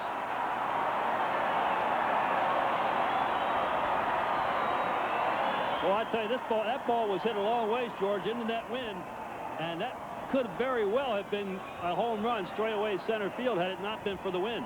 Yeah, I think the wind killed it. Oh, this ball was hit a ton. And almost caught. Almost caught. He slides right into the fence. The ball bounces off. I tell you, in the old days, that would have been an inside the park home run because that would have been concrete there now instead of padding. And there's Fryman stumbling as he rounds second base and had to be held up at 3rd base. Yeah, with nobody out, you got to hold him. He's the tying run, and they're going to play the infield in tight. Runner at 3rd, nobody out. And the White Sox lead by a run. Milt Kyler, the batter. And he grounds it to first base. They're going to hold the runner. Oh, that wasn't a very good time at bat for Milt. No, not on the first pitch.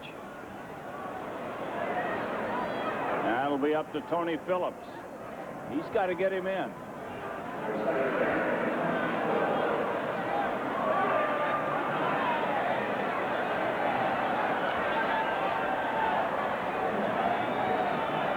Tony Phillips has bounced to short and flied to center field. Well, Sparky Anderson is not a manager that likes to squeeze, so you can pretty much rule that out. A lot of bad things can happen when you try to squeeze.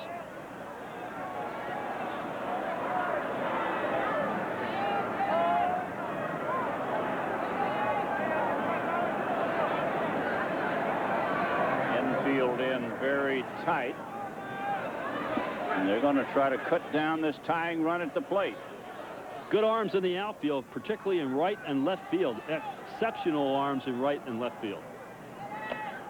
The pitch is outside.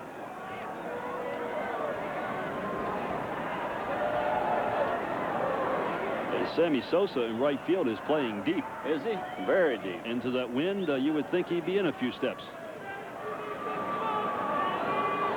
He's going to get a running start in on a fly ball. Here's the pitch to Tony. And a fly ball. He'll get it in way back in right center. Tony Phillips does it into deep right center field.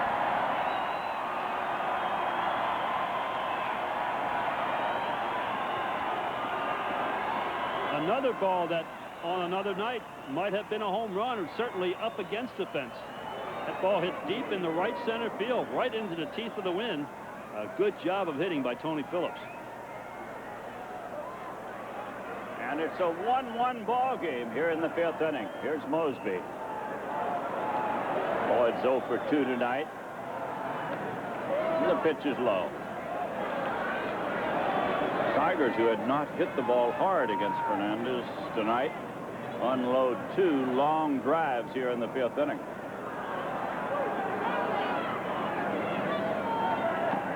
And a strike to the outside part of the plate. Makes it 1-1.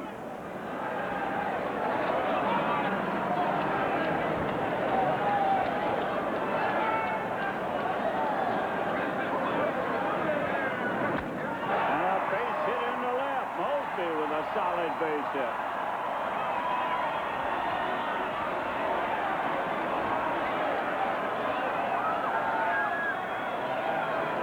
Tigers get their 3rd hit and their 2nd hit this inning. It's going to start action in the bullpen for the White Sox.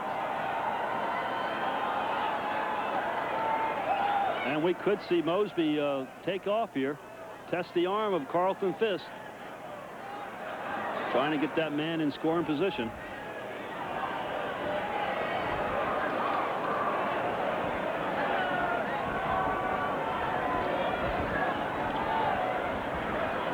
Number 50 begins to throw in the bullpen.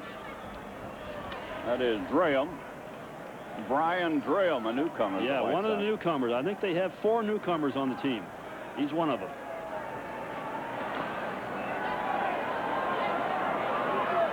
Alan Trammell, the batter. Runner at first, 2 outs, and we're tied at 1 run apiece. There goes the runner. Throw to second and into center field. He'll go to third.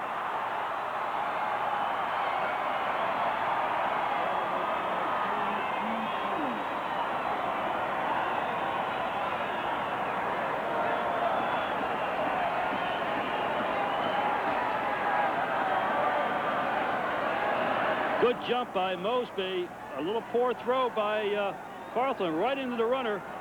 Almost gets Mosby. Touches the bag, and with the pop-up slide, able to go to third base. That'll be a stolen base for Mosby. A throwing error by Fisk, and Mosby's at third base.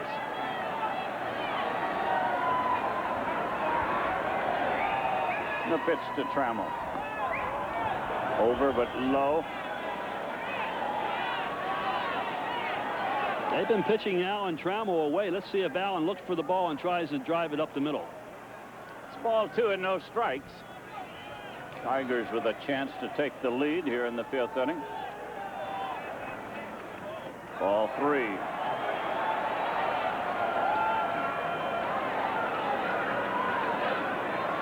You almost got to turn him loose. 3-0.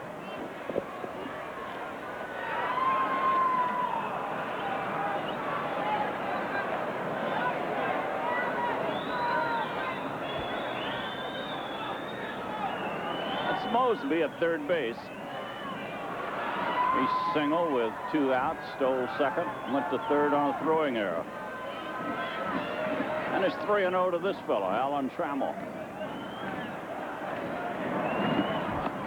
He walked him.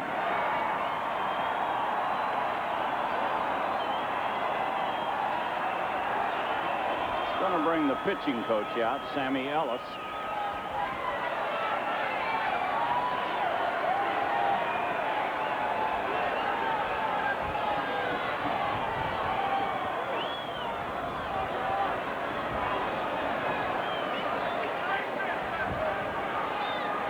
Well, this inning started with a tremendously long ball by Fryman that wound up being a triple. He scored on a sacrifice fly by Phillips on a ball that was hit deep into right center field. Then Mosby single. Went to second on a stolen base, third on the throwing error, and the walk to Alan Trammell. And the batter is Fielder. Cecil Fielder has struck out twice tonight. And he pops it up. Sammy Sosa camps under it, and the inning is over. So he gets Cecil on a fly ball into shallow right. The Tigers get a run, and at the end of 5, we're tied at 1. We're going to take a look now at the Blue Cross Blue Shield of Michigan scoring summary. White Sox scored in the 3rd. Raines doubled. Went to 3rd on a wild pitch and scored on a ground out by Ventura, a fielder's choice play at 2nd. Tigers tied it in the 5th inning on a triple by Fryman and a long fly ball by Tony Phillips. And it's a 1-1 ball game as we go into the 6th inning. Frank Thomas, the big first baseman, will lead off. Fisk and Snyder will follow. Down. Thomas has bounced at Trammell both trips to the plate. Once he bounced into a double play. Thomas hits a lot of balls to right field. Great power straightaway center. Very unusual to have a rookie hitting in your number 4 spot. Here's the 1 strike pitch. And make it strike 2. He had a vicious swing at it. Strike 2 to Thomas, the leadoff man in the 6th. Searcy gets ready. And he got him on the outside corner. And Thomas is out on strikes. 3 strikeouts for Steve Searcy. Looks like a tough pitch to handle for a hitter. Take a look at it again. We'll bring up Fisk.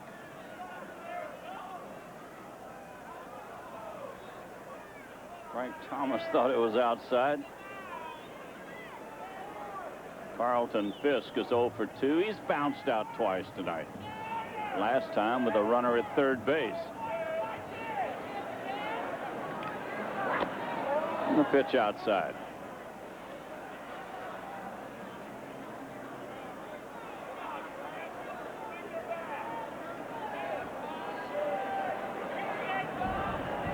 Baltimore has scored a run in Texas, and they lead 1-0 as the pitch comes in high to Fisk.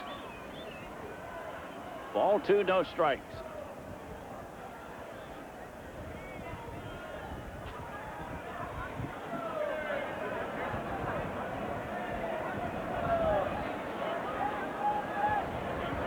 Carlton Fisk waiting on the 2-0 pitch. Ball 3. He hasn't been able to harness anything to Carlton.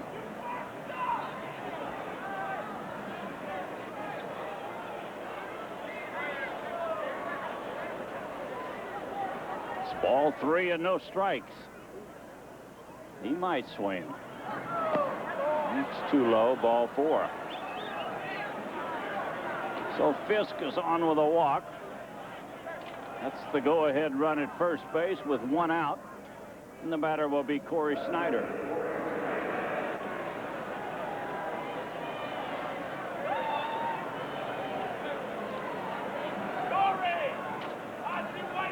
At one time, you had to really pay a lot of attention to Carlton Fisk over at first base because he could steal a base for you, but hasn't been running very much. As we mentioned, had surgery on both of his knees over the winter. Pitch to Snyder. just missed on the outside. Getting some action in the Tiger bullpen. Cerruti up again. And Billy Muffet comes out.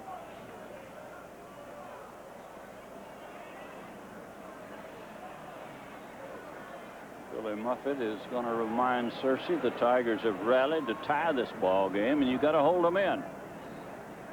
They really haven't hit the ball hard off of Searcy, but he's gotten himself into trouble with 5 walks. 5 walks and a wild pitch.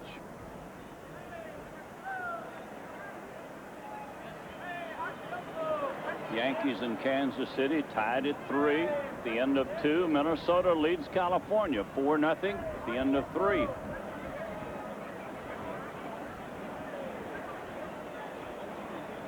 Steve Searcy has delivered 93 pitches, Chuck Waslick tells us. It's a lot of pitches, and he's only in the 6th inning.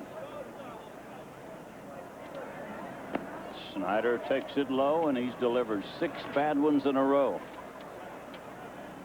The most Steve pitched in the winter was only 5 1/3 innings, so he could be getting tired. Throwing a lot of pitches, as we mentioned. That's what he's pitched here tonight, 5 1/3.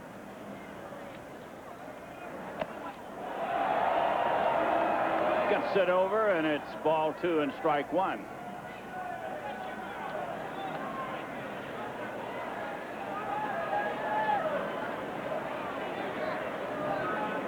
Tigers in double play depth on the infield for this big fella. And he fouls it into the upper deck.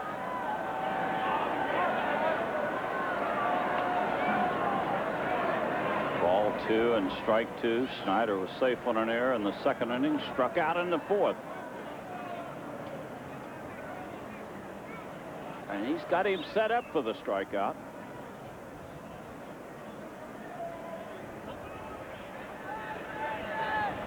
Set up for a fellow who strikes out over 100 times a year.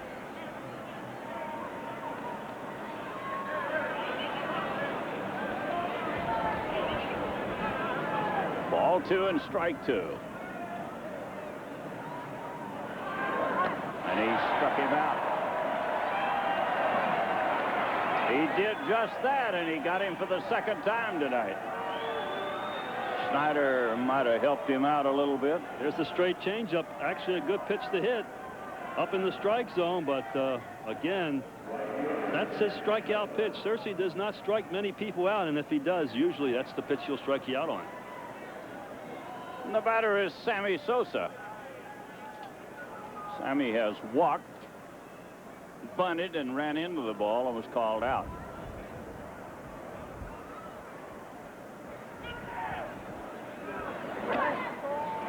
One ball, no strikes to Sosa. The runner at first is Fisk. He's there with 2 outs.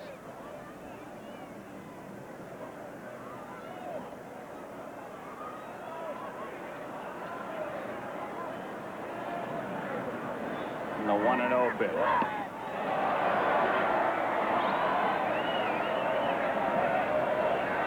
See how far he is out in front of the changeup. He had no chance to hit that one. He had a big swing, and he swung before it ever got there.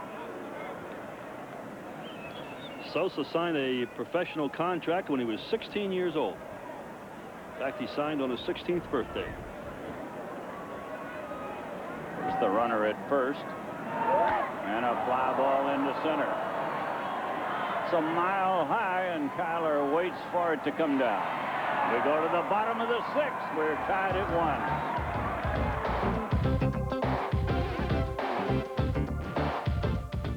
Tiger Stadium. White Sox scored a run in the 3rd inning to take a 1-0 lead. The Tigers came back in the 5th to tie it. We're in the bottom of the 6th inning. Pete Incaviglia will be leading off, followed by Rob Deere and then Mickey Tettleton. Tigers hit the ball hard the last inning, so maybe the young man, just 21 years old, is getting a little tired. He's making some pitches more in the middle of the plate. It's kind of a funny wind, Al. It looks like it's blowing out, and it should carry the ball, but the ball does not carry tonight.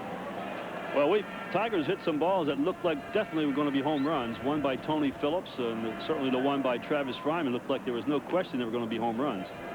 Two of the hardest balls we've seen hit this year. That ball by Fryman was some kind of a blast. You'd like to see that on a warm summer night to see how far it would go. There's Incaviglia. He's had a base hit tonight. Inky singled to right field in the second inning.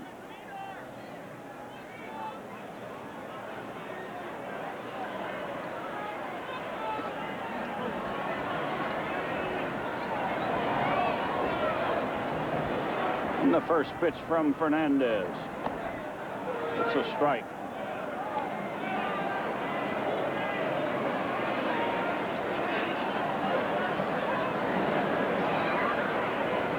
One strike to Incaviglia.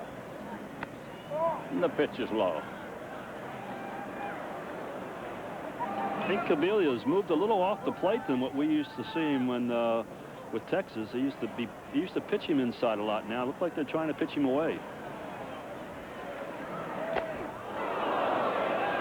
One ball and two strikes. Might have helped him out of the strike zone a little bit. And it's 1-2 to Incaviglia.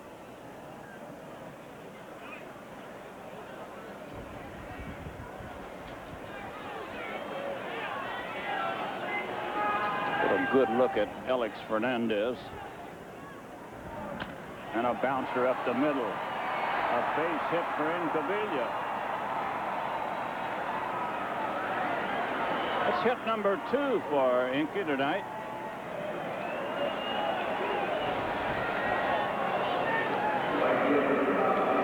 Just out of the reach of the pitcher. He looked like he might have got his hand glove on it just slightly.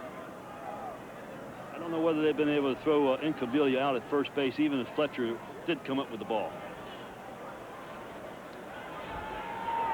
So the go-ahead run is at first base with nobody out, and the batter is Rob Deere.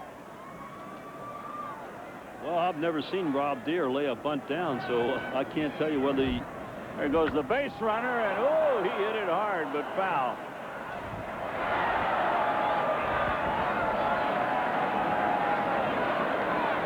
I doubt you've ever seen him hit and run. No, not too many times. Well, what Sparky's trying to do is make him put the ball in play, stay away from the strikeout, and get the man over to second base. Watch how he turns his shoulder and why he pulls the ball. Look how wide his shoulders are open when he swings through the ball, and that's why he pulls so many balls foul. Well, if he could get a bunt on the ground toward third, he'd have a pretty good chance for a base hit. This pitch is outside. Robin Ventura playing extremely deep at third. He knows that Deere doesn't bunt. Well, we had left-hander Ken Patterson, another one of the fine young pitchers the White Sox came up with last year. 1 ball, 1 strike to Deere.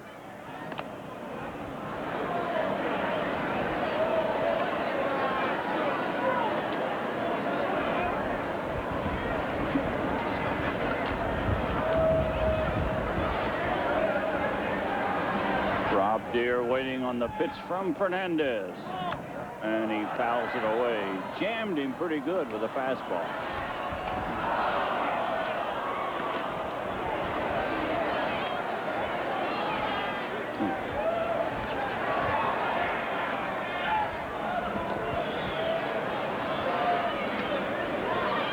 Rob Deere has struck out twice tonight, and he's behind Fernandez 1-2.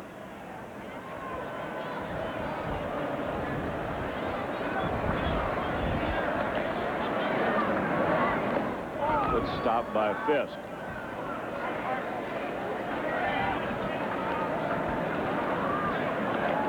They play Rob Deere around in right field, not nearly as much as they were playing Cecil earlier, but give him a lot of room down the right field line. And there again, he doesn't hit many that way. Ball 2 and strike 2. And he struck him out again. That's 3 times tonight for Rob Deere.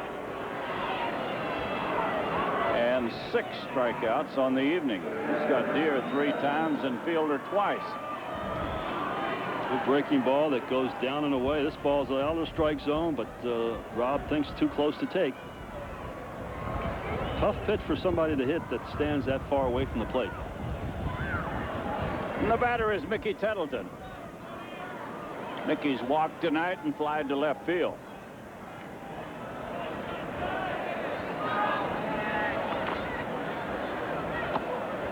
That's the breaking ball, in for a strike. Milwaukee has taken a 4-3 lead over Toronto. Toronto led at one time 3-0. And they're in the 6th inning. Here's the base runner in Cavilla. And a fly ball to right. Sammy Sosa with a long run as the wind was bringing it back to the infield. That's the 2nd out. It'll bring up Travis Fryman.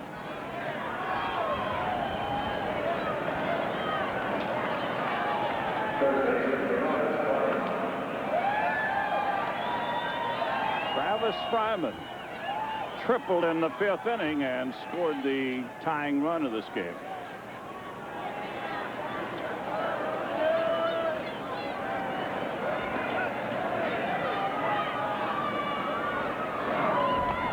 Pitch is outside. And Cavilla opened this inning with a single, and he's still at first base. Deere struck out. Tettleton flied to right.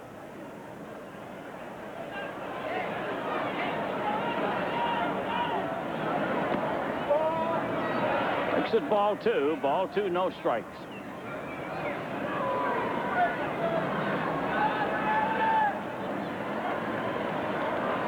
The ball Travis hit for a triple. He swung at the very first pitch. Ball 3. 3-0.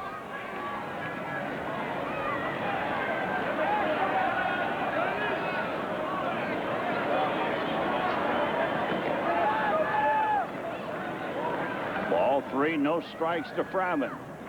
And he walked him. That's the 4th walk given up by Fernandez.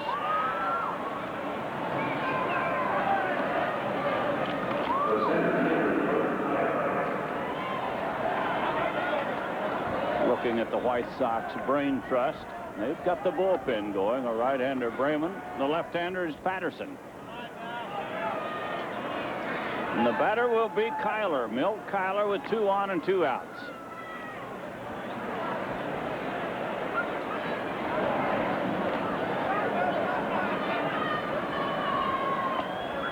Here is the White Sox bullpen. Patterson's the left-hander. Who's the right-hander? Bremen. He was up earlier.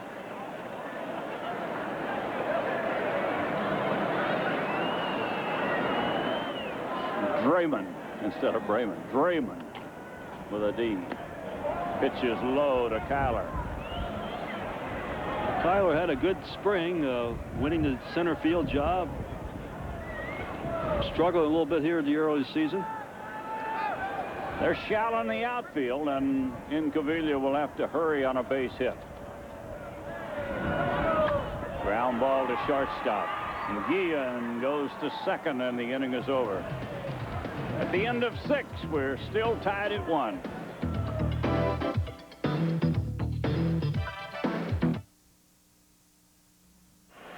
It's the 7th inning at Tiger Stadium.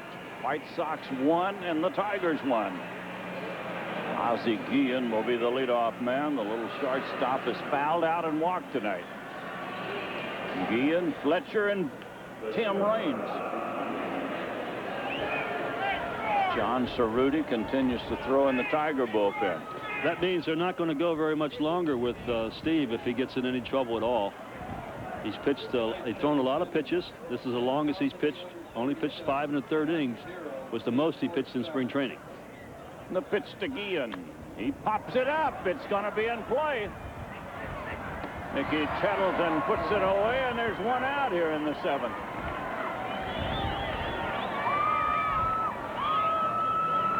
Kaline who's out on one pitch, and the batter will be Fletcher.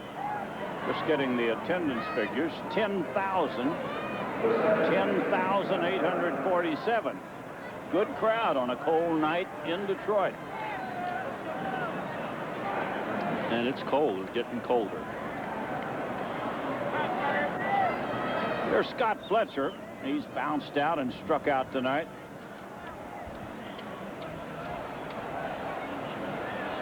One out in the 7th.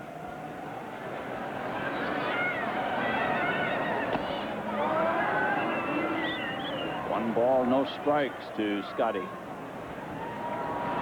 They don't play him very deep. Not on a night like this. Wind holding up everything hit to the outfield. You know, this little guy hit a grand slam his first at bat in professional ball. I didn't know that. I don't think he's hit more than 5 or 6 in his career. He takes a strike, and it's 1-1. Baltimore has a 2-0 lead over Texas in the 3rd inning.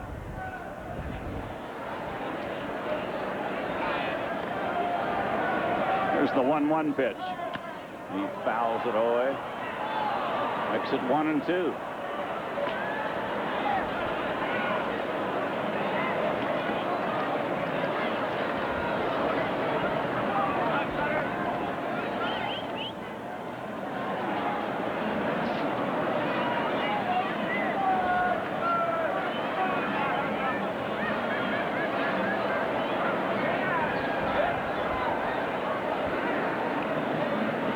Fletcher taking a little time before he steps back in.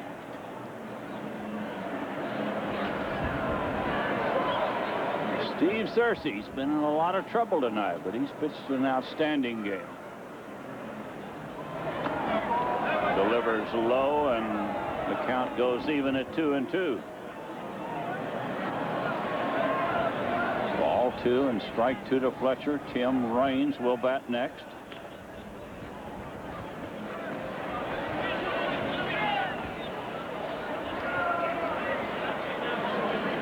He doesn't give you much of a target.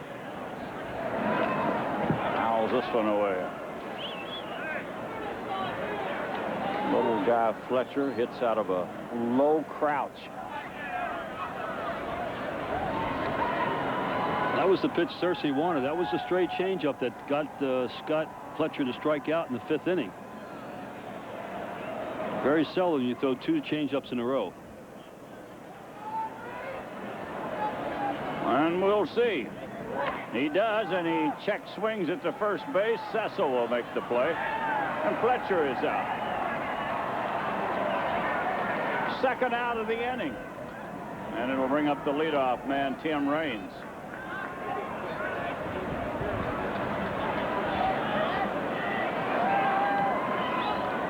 Raines double back in the 3rd inning and scored the lone Chicago run.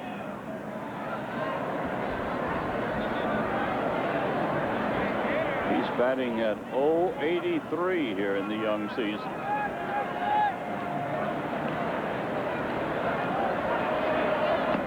There's a strike.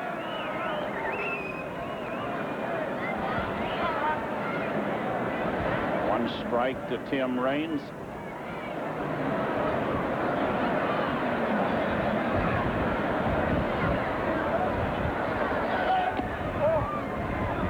Ball makes it 1-1.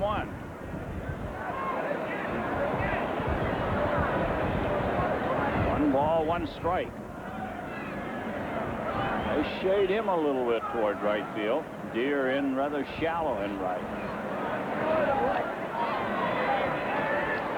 That's where they got the 2-base hit by Raines. A line drive over the head of Deer in the 3rd inning.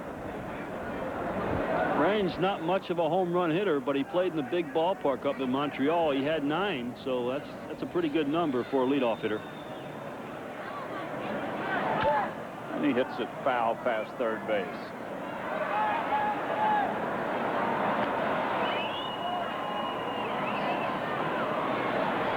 Tim Raines batting with 2 outs and nobody on in the 7th inning, and the ball game tied at 1 run apiece.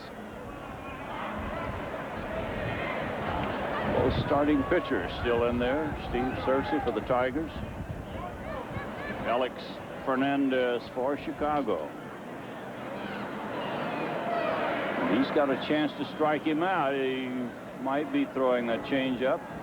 Does, and it's outside. 3-2 to Raines. Minnesota jumping all over California, 6-0 in the 5th, and Kansas City just scored 4 in the 3rd inning. They lead the Yankees 7-3. And the 3-2 pitch. Milwaukee.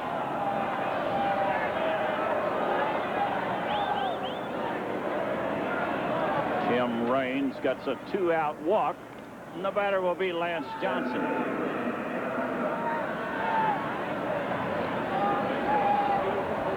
If you could get Johnson out, that wouldn't be a bad play. You've eliminated 2 speedsters here. You wouldn't have Johnson leading off in the 8th inning.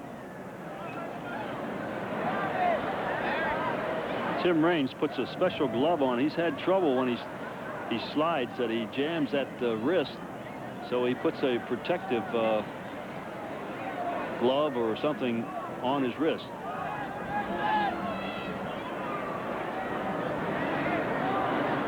Johnson is 0 for 2 with a walk tonight, and he bounces it foul. He didn't give Tim Raines a chance to run. He swung at the first pitch.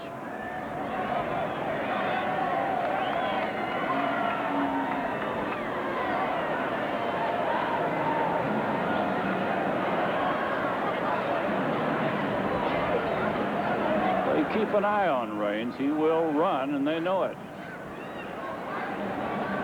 There he goes. Throw to second. Safe.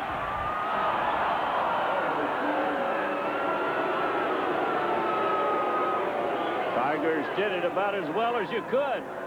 But Raines with a big jump, and he steals second base. It's a close play. He gets a good jump. A good throw by Mickey. Just late, just a little bit late. You see there he grabs the base and holds on. Good angle here. You'll see him get his hand in before Allen can make the tag. Right there. Good stop by Tuttle. And that is a big, big play, too, because you keep Raines off third base. When you got a hitter like Johnson running, if he has the runner at third base, you put a lot of pressure on the infielders.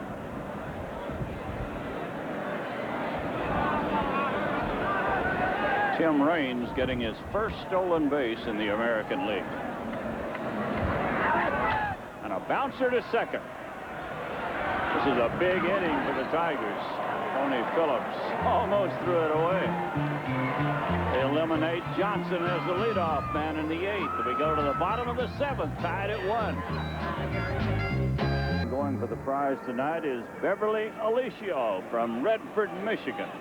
If a Tiger hits a home run this inning, Beverly, you're going to win $100 and a share of the $10,000 bonus at the end of the season. So good luck to you, Beverly Alicio from Redford, Michigan.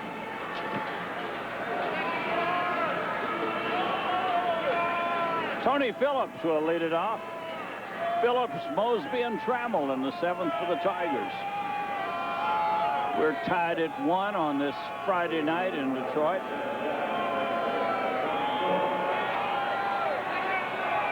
Tony Phillips batted in the lone Tiger run with a fly ball in the 5th inning. And a strike. This one on the outside corner. Greg Kosk has been very good to the pitchers on those outside corner pitches. Yeah, he's been lenient both ways. He's has a little wider strike zone than most. This one outside.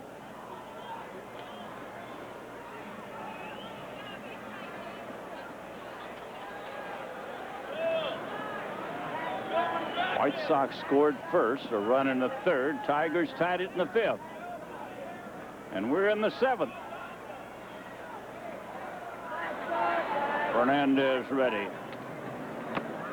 That'll make it 1-2.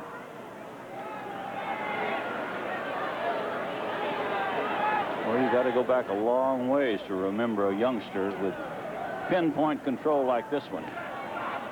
Seems to get the pitches where he wants them.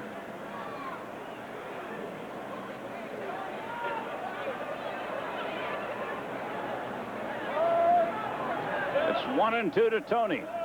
Tigers would love to put the leadoff man on.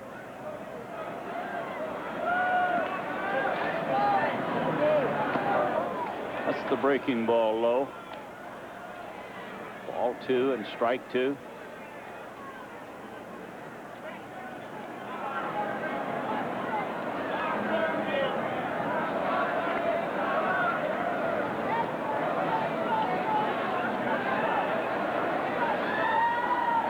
A 2-2 pitch to Phillips, and he fouls it away. We've seen some good young pitchers come out of the college ranks. Ben McDonald over in Baltimore, Olson in Baltimore. More and more of them. Seems like they're more mature now, ready to move up the ladder quickly. And particularly a pitcher, if he can throw strikes and throw hard, get the ball in a pretty good location, then you can pretty much pitch any place you want. Still 2-2 to Tony.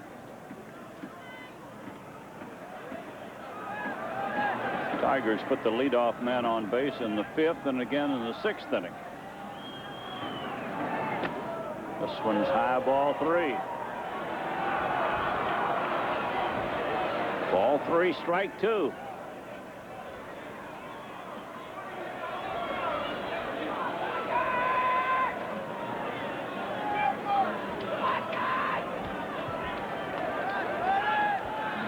This is a very important pitch for Fernandez. And he got him. He got the breaking ball over, and Phillips is out on strikes. Well, there wasn't much doubt about that one. To a breaking ball, completely surprised Tony Phillips. He thought, well, they're not going to take a chance on walking me, but this is what Carlton Fisk, who was leading this kid right through a very well-pitched ball game.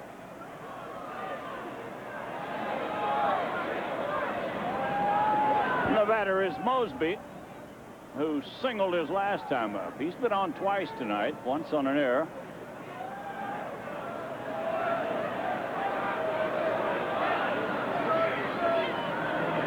And another base hit. Lloyd Mosby drives it into left field. He gets his second hit.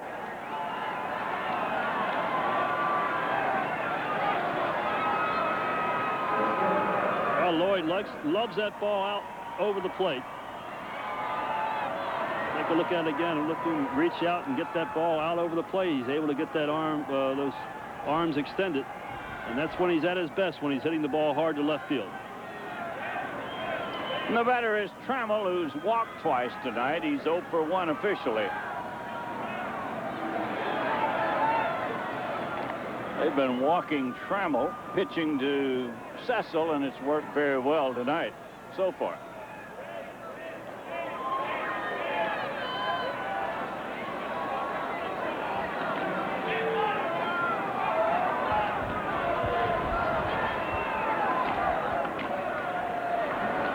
And a bouncer to short, could be a double play, and it is a double play.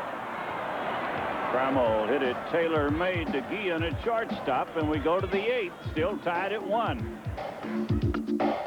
Tiger home runs in the 7th inning, but because the Tiger reached base, we're going to be sending our designated Bud batter, Beverly Alicio from Redford, a Budweiser jacket and cap.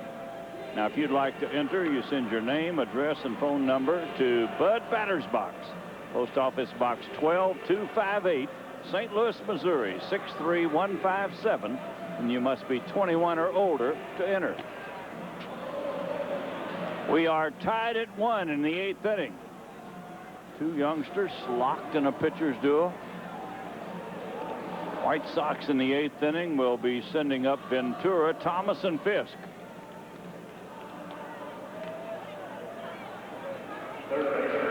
Yes, it's been a great pitching performance by both pitchers. This is the best I've seen Steve Searcy. Even though he's walked a few, he's they really haven't hit the ball hard off of it. Ventura takes it inside. He had a single his first time up back in the first inning. Safe on a fielder's choice play, and then he flied to left field. So he's 1 for 3.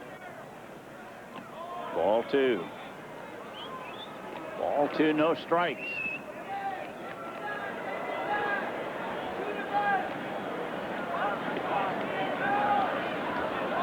Robin Ventura waits on the 2-0 pitch, and he hits it into right. This may be extra bases. Deere cuts it off, and on to second goes Ventura. So a leadoff double by Ventura here in the 8th inning.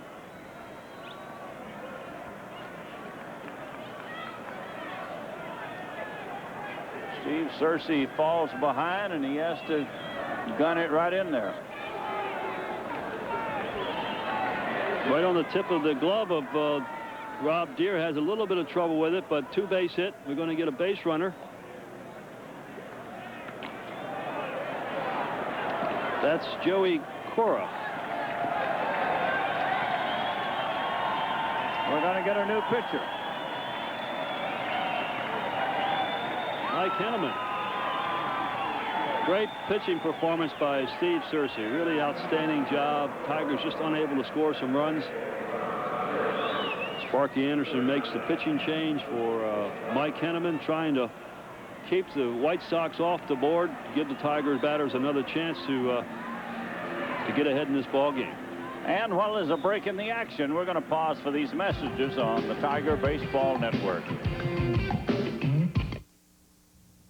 Second ball station identification on the Tiger Baseball Network.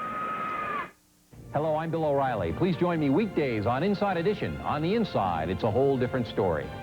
Weekday mornings on WJRT TV 12.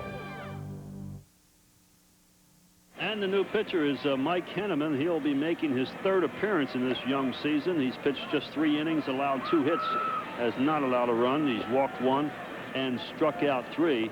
Mike has put together 4 very good years with the Detroit Tigers. 2 of the last 3 years he has had 23 saves. He is 27-6 lifetime here at Tiger Stadium, and he earned his 60th career save on Monday. He'll be facing Frank Thomas, the big first baseman. We'll see if this big fella bunts. He's the cleanup hitter. And you would almost have to believe he has bunted very little in his professional career, if at all. Runner at second with nobody out. And the pitch is low. He gave no indication he was going to bunt.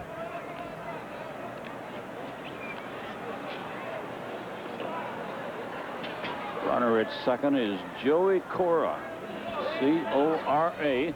They got him from San Diego. Pitch inside, ball 2.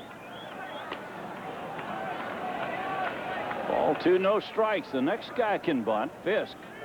He can do it all. So they want to make Thomas hit the ball somewhere. Trying to pitch him inside. He has a natural swing to hit the ball to right field, so both pitches to Thomas has been down and in.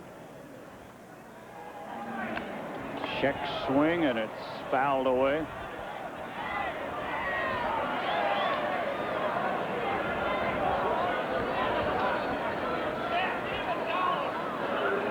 A ball 2 and a strike 1 count as the Tigers try to work out of a jam here in the 8th inning. Joey Cora. Chuck Wozniak says he runs with the wind. One of the faster base runners around. He looks like it. He walks fast. And another foul ball.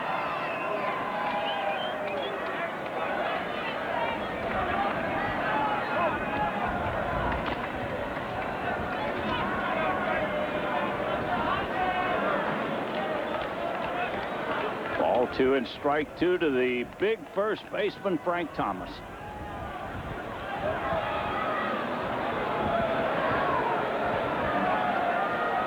They'd like to get him out and hold the runner at second base. Trammell harasses him a bit to hold him close. Ball 3, 3-2.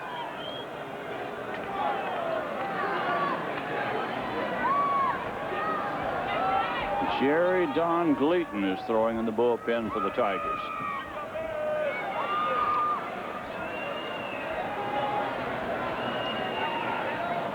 Ball 3, strike 2 to Thomas. Here's a big pitch. And a fly ball into center. Not deep. Cora is tagging, but he won't go. They get a big out, getting Thomas out and holding the runner at second.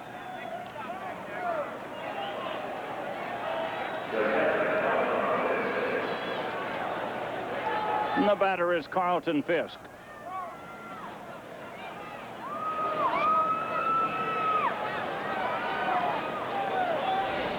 Well, you can pitch Fitz very carefully. You have a base open. This guy's been around for a while. He's a tough hitter when the game's on the line, so you pitch him very tight, very tough.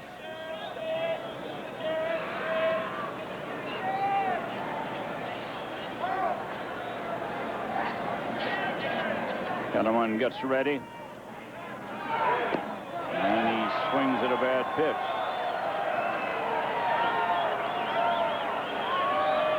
I'd like to see Fryman a little bit deeper, and he is moving back a bit now. Fisk hits the ball hard and pulls it, so third baseman's got to play deep for him. Here's the runner at second, Joey Cora. And they've got to hold him close.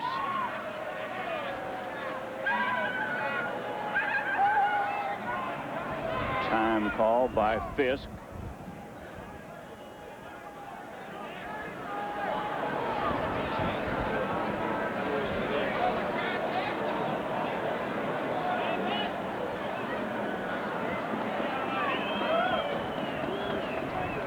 Mike Henneman trying to get him out here in the 8th inning. Strike 2. He's throwing a couple of breaking balls to Fisk and out in front with a strike 2 count.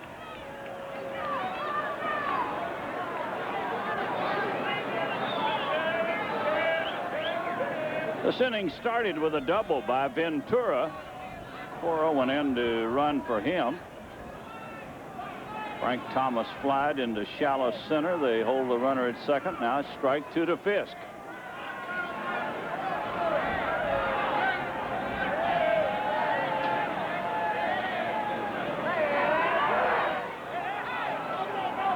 Ball blocked in front of the plate by Tettleton, and they hold Cora at second base.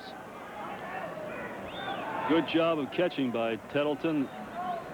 Very important to keep that guy on second base. You don't want to let him move over on a pass ball or a wild pitch. So he was down trying to smother that pitch. Mike throws a lot of split finger pitches, and that's probably what he's going to try to get Carlton out on. So Tettleton has to expect the ball in the dirt.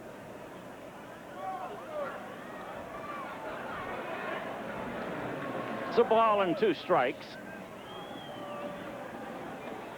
to the ever dangerous Carlton Fisk.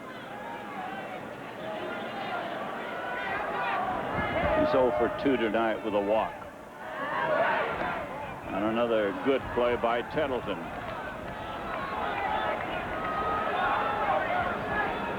Ball 2 and strike 2.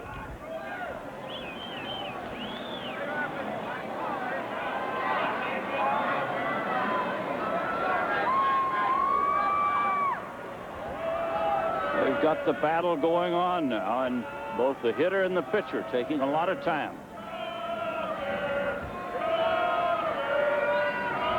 And the 2-2 pitch coming up. Ball 3. He had him strike 2. Now it's gone to 3-2.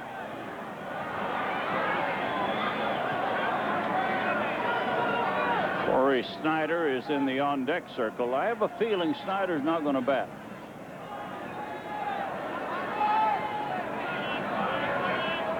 But he's in the on-deck circle.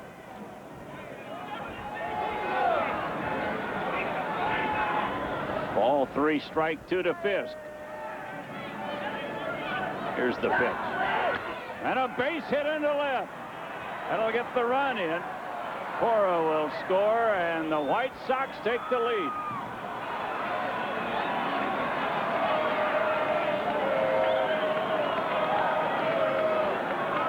Carlton Fisk hangs tough with a strike 2 count. He went to 3-2. And a split finger pitch that just hung up there. At least it looked like a split finger pitch that hung up and on the inside part of the plate. Ball was not hit all that hard, but was able to get it up over the infielder's head. And the batter is Snyder. And a runner for Fisk. Looks like Karkovice. It is Karkovice. Second string catcher behind Fisk. White Sox take a 2-1 lead here in the 8th inning.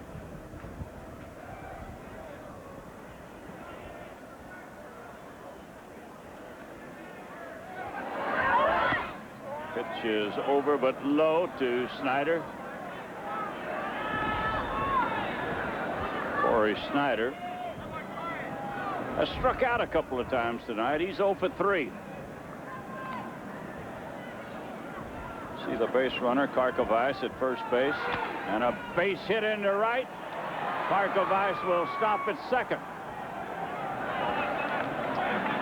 Just past the diving glove of Tony Phillips. And the White Sox keep it alive.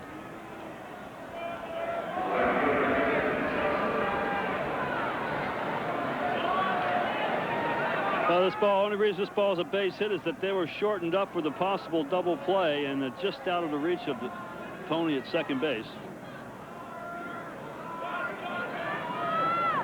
And the batter will be Sammy Sosa, who's walked. Been on base 1 time tonight. He's 0 for 2.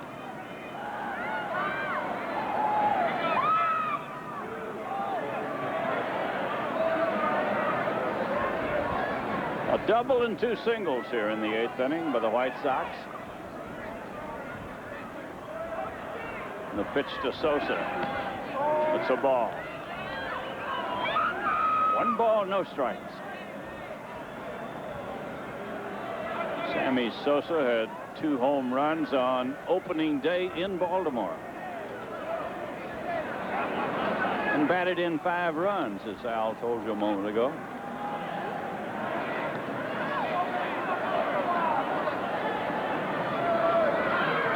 He has a good rip at this one. 1 ball, 1 strike. And Bobby Thigpen up in the bullpen. And you had to expect that.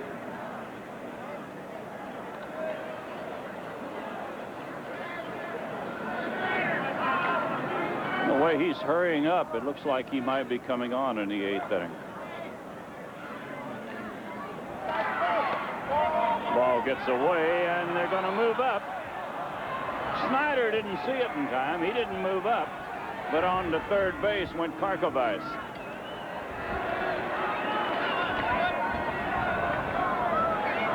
Be a wild pitch charged against Henneman.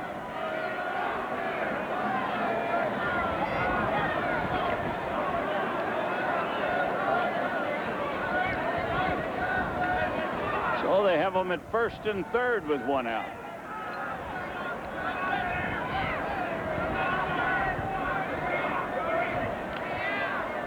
Infield shortens up a bit for the double play ball. And he fouled it away.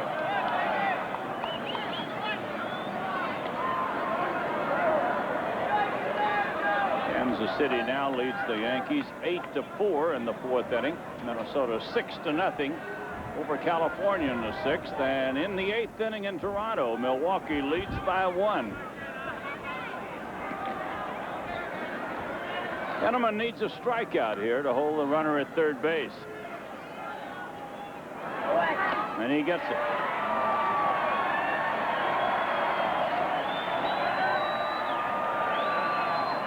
Second out of the inning. Here comes Sparky. Take a look at the pitch again. Throws the ball right by, and this time obviously looking for something off speed, the split finger pitch, and just a little tardy. He wants the left-hander, Jerry Don Gleaton, to come on and pitch to Ozzie Guillen. White Sox have scored a run. They lead by 1, and Sparky wants to hold it at 1 if he possibly can. And while there's a break in the action, we'll pause for these messages on the Tiger Baseball Network.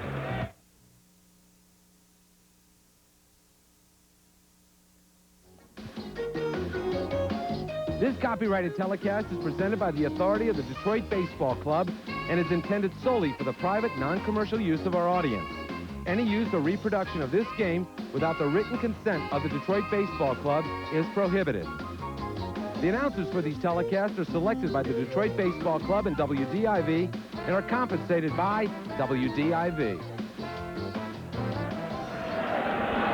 Jerry Don Gleaton making his first appearance of the 91 season. That's what he did in 1990, his best season by far in the major leagues. 13 saves, a good earned run average, and appeared in 57 games. Jerry Don didn't pitch all that well in spring training, but he threw the ball well, threw it hard. He was just got a lot of base hits off of him. Let's see what he can do here against the left-hand hitting Ozzie Guillen. Runners at first and third, 2 outs in the 8th. And a pitch to Ozzie Guillen. It's a strike.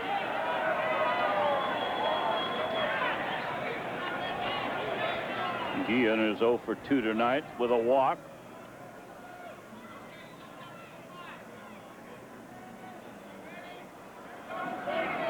And a bouncer to the mound, picked off by Gleaton, and the inning is over.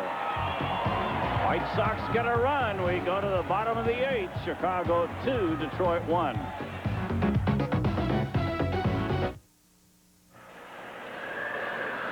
Two changes for the White Sox. Graybeck now playing third base, and Karkovice is the new catcher.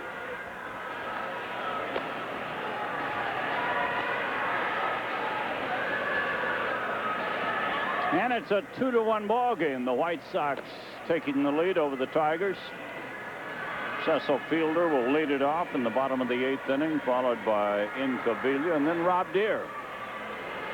Fernandez is still on the mound, but in the bullpen.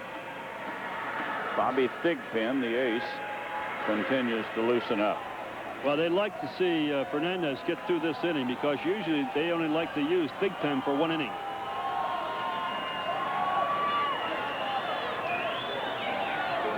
There's Cecil to lead it off. He's 0 for 3 tonight with a couple of strikeouts. Fernandez has 7 strikeouts.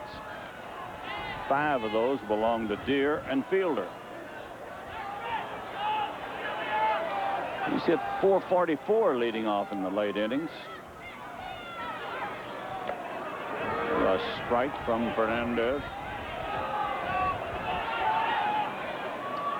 He's got all of right field. If he should hit one down the right field line, Cecil could run a long time.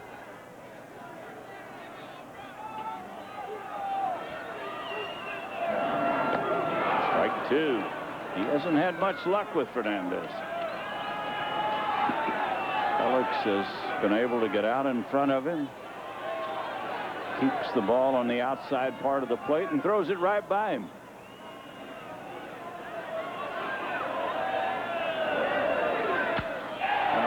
Drive that's going to be caught. He hit the ball hard on a line right at the shortstop. So there's 1 out in the 8th inning. And the batter will be Incaviglia. 2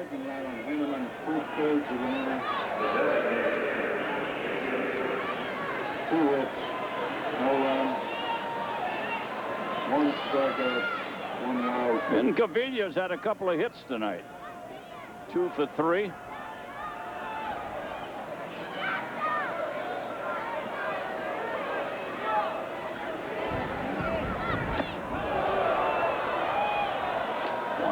No strikes. Thigpen has completed his warm-up tosses. He's just watching the action right now. He's ready if they need him. Here he is.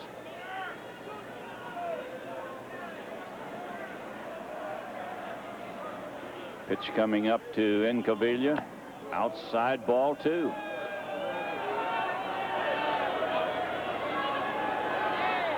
Ball 2, no strikes. Inky could tie it up with one swing of the bat. Ball 3. He hasn't thrown one close to it.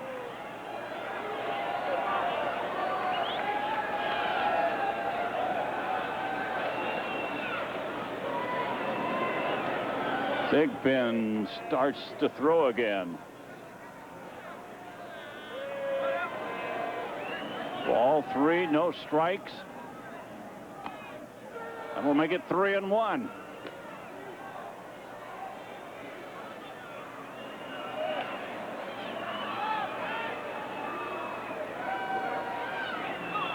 And the pitch. He walked him. Pete Incaviglia gets a walk. And the batter will be Rob Deere. Here he comes. Jeff Torborg, the manager of the White Sox. And that usually means a pitching change. Well, Deere might be happy to see Thigpen because this guy struck him out 3 times. So maybe a change of pitchers might be to Deere's liking. And he's going to make the pitching change. Of course, you can't fault yourself. A manager can never fault himself by going to his best pitcher in the late innings. Well, while there's a break in the action, we're going to pause once again for these messages. How about a good-looking van sale, a good-looking debut? Thigpen rewrote the record book last season. There's what he did: 77 games, 57 saves. That's absolutely amazing. Tying the season Dave Brighetti's mark of 46 when he had it in 1986. But just a tremendous fastball, hard slider, 70 strikeouts in 88 innings. He's pitched one inning so far this season, and did exactly what he's been doing throughout his career. In the 1 inning, he struck out 2. So tough man for a right-hander. Tough man for anybody. Great control. Guy throws hard with a sharp slider. He'll be facing Rob Deere. Runner at first, 1 out in the 8th, and the Tigers down by a run.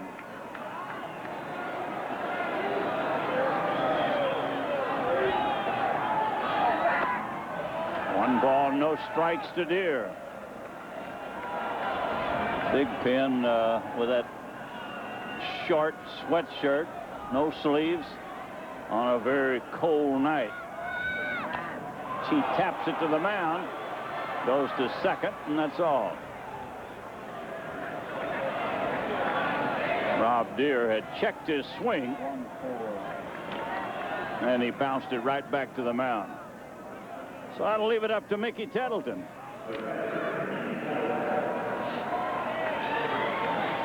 No way he's expecting a slow breaking ball. He just cannot hold his bat up, and they get the force out at second base.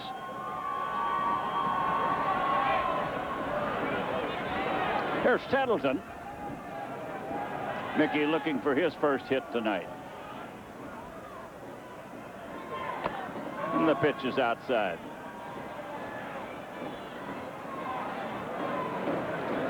It would take a vicious swing to get one in the right field seats. The wind is blowing out of the corner in right field. Get it low enough, it'll go. It's just like Tony Phillips hit his ball fairly low, but if you hit a line drive, the wind won't affect it at all. 1 ball, no strikes. That'll make it 2-0.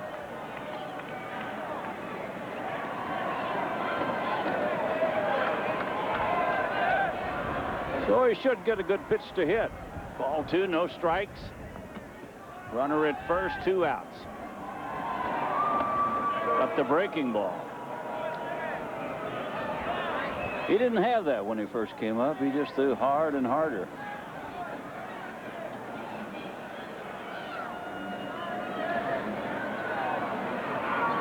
Ball 2, strike 1.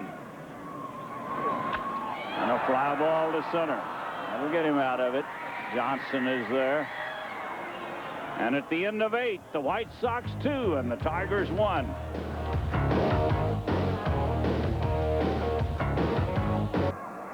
We're in the 9th inning at Tiger Stadium. The White Sox 2 and the Tigers 1. And before the White Sox come to bat, we want to wish happy birthday to Kevin Watts, our statistician, who celebrated his birthday yesterday. We're a day late, but happy birthday to you, Kevin. It's the old saying, day late and $1 short. Jerry Don Gleaton is the Tiger pitcher. He came on in the 8th inning, got the final out. He'll be pitching to Scott Fletcher, Tim Raines, and Lance Johnson here in the 9th inning. White Sox scored a run in the 8th to break a 1-1 tie.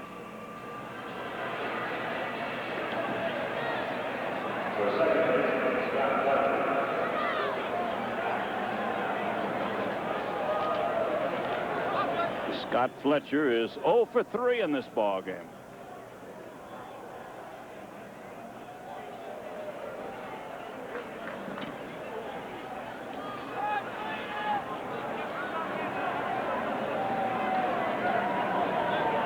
And of course, facing Gleaton for the first time tonight.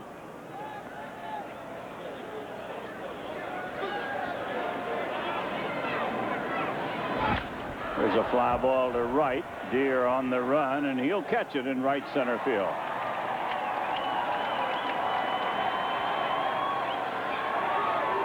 One pitch and one out in the 9th, and the batter will be Tim Raines.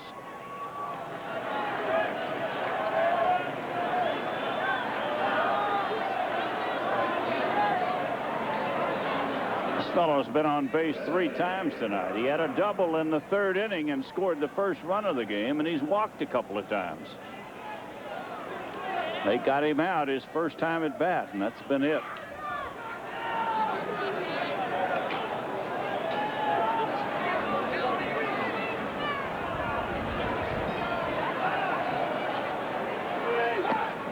It is raining in Cincinnati. Atlanta playing there. This is Radinsky, left-hander, throwing in the bullpen for the White Sox.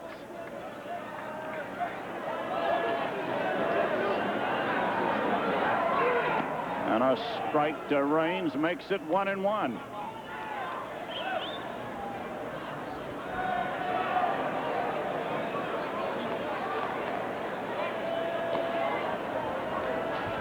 Tim Raines, longtime star in the National League. Takes another strike, and it's 1-2. He didn't like the call on that one.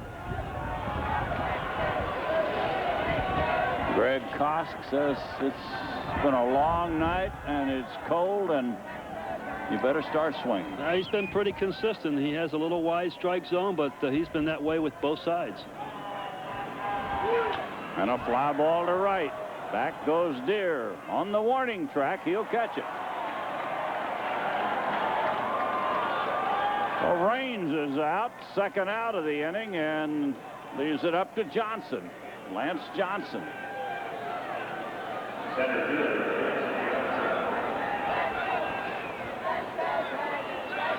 They got this little guy from the Cardinals. You might expect that, the way he runs. I don't think the Cardinals will sign you if you can't run with the wind. And he hits it up the middle for a base hit. Johnson drills it right through Gleaton into center field.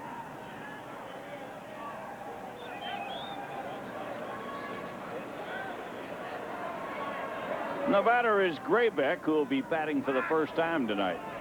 Graybeck got into the game when Cora ran for Ventura. And you have to expect Lance Johnson to be running. You'd think so. 36 stolen bases last year, although he was thrown out 22 times, so not a great percentage.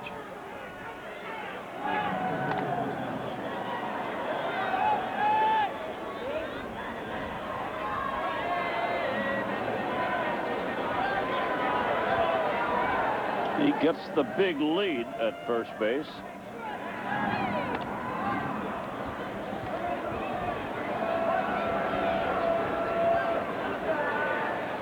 Milwaukee and Toronto, they're in the 10th inning. at the Sky Dome in Toronto. Minnesota has shut out California. They lose for the first time this year.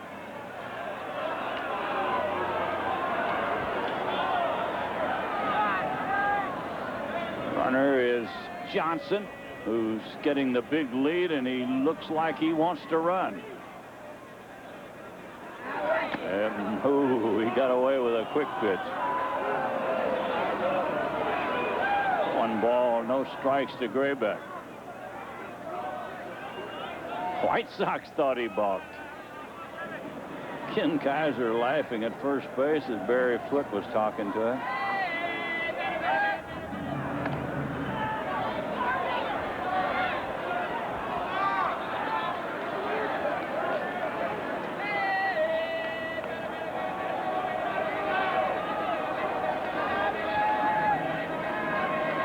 There he goes. Nope, he had started and came back.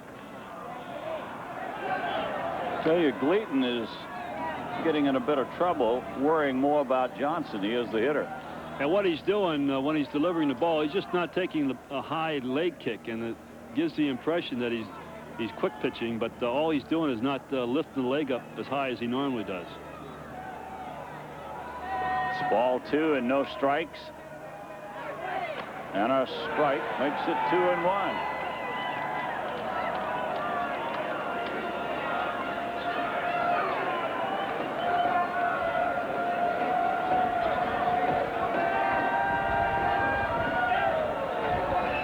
Craig Graybeck is the batter.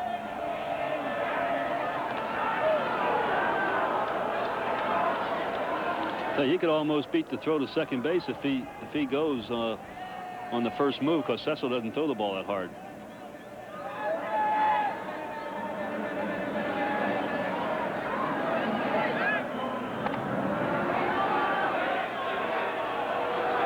If you're so sure he's going to run, just pitch out. Take a shot at him. And he does act like a man who wants to run. There he goes. Throw to second. Stolen base, and he didn't know the ball went into center field, so he stays at second base.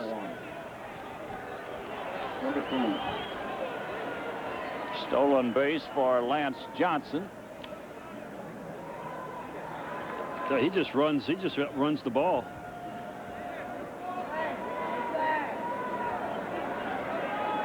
And it's ball 3 and strike 1 to Graybeck. So he's got to get this youngster a pitch to Frank Thomas.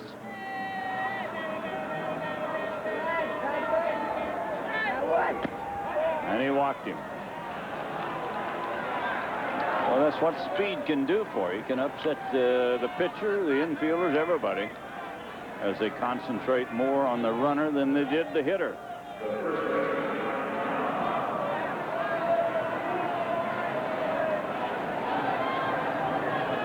Big Frank Thomas is the batter with 2 on and 2 outs. It's just a matter of time for this big guy to bust loose. No home runs and no runs batted in this year. And he takes a strike at the knees.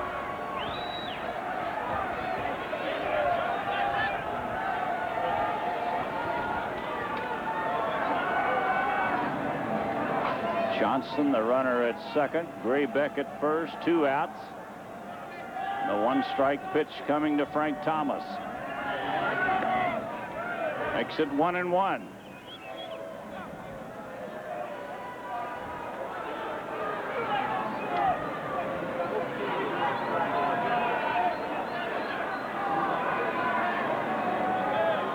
Big, strong right-handed batter. That bat looks like a toothpick in his hands.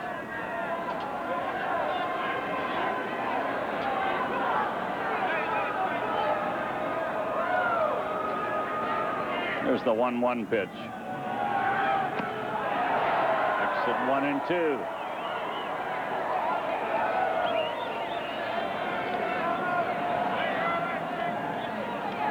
Here's a swing of the big guy, and he's a one-arm swinger, too.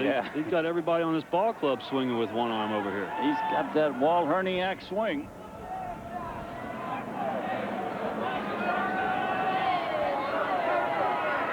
One ball, 2 strikes. Fly ball hit deep. Way back in right center and off the fence. Gonna score 2 and a double for Thomas. He hit it a long way into the wind in right center field, high off the fence. And the White Sox lead it 4-1.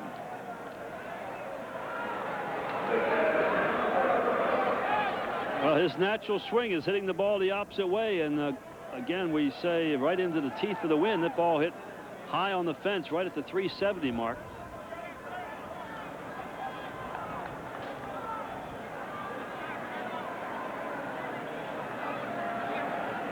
This is Karkovice, and he's batting for the first time. Jerry Don got himself in trouble worrying about the base runner instead of getting the weak hitting Graybeck out. Yeah. When he walked Graybeck, he was in a peck of trouble.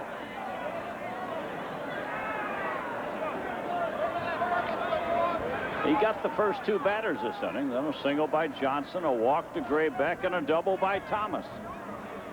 And it's a 4-1 game.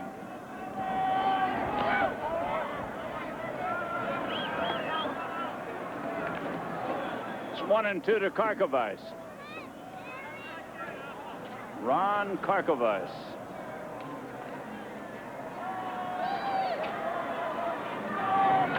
And he fouls this one away. Karkovice was one of their #1 draft picks, and he's the catcher of the future for the White Sox, but Carlton Fisk looks like he's never going to retire. Karkovice, they tell me, one of the best throwing catchers in all of baseball. Yeah, he has the best throwing arm, I think.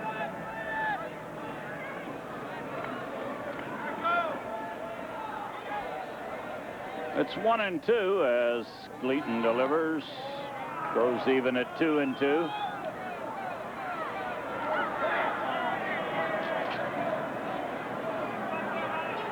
White Sox got a run in the 8th to break a 1-1 tie, and they've scored 2 here in the 9th. Ball 3. 3-2 to Karkovice.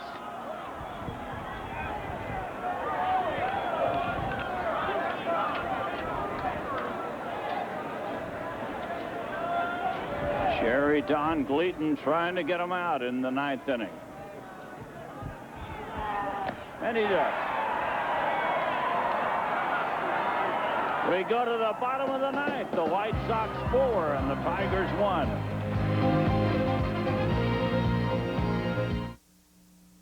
The Metro Detroit Quality Ford Dealers American League scoreboard. Milwaukee and Toronto are tied 4-4 in the 10th inning. Minnesota beat California 6-0. California loses for the first time this year. Baltimore has a 3-0 lead over Texas in the 6th inning. Kansas City 8, New York 4. They're in the 4th inning, and they're just getting underway in Oakland. Seattle playing against the A's. Looks like we're going to have a couple of pinch hitters, George. I see Bergman and Bernazard both on the on-deck circle. Well, the Tigers have their work cut out. Down by 3 in the bottom of the 9th inning against Bobby Thigpen, the all-time save leader. 57 he had last year with the White Sox. And he came on in the 8th inning with a runner at first base, the tying run at first, and retired the 2 batters he faced. So it'll be Bernazard to lead it off here in the 9th. He's batting for Fryman, and Bergman's in the on-deck circle to bat for Milt Kyler.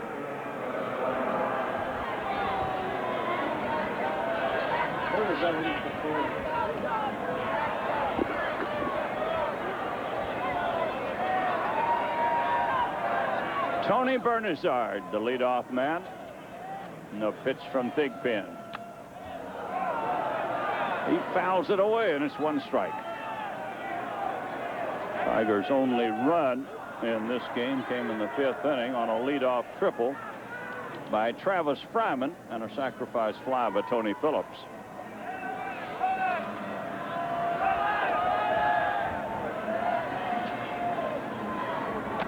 Strike two as he blew the fastball by.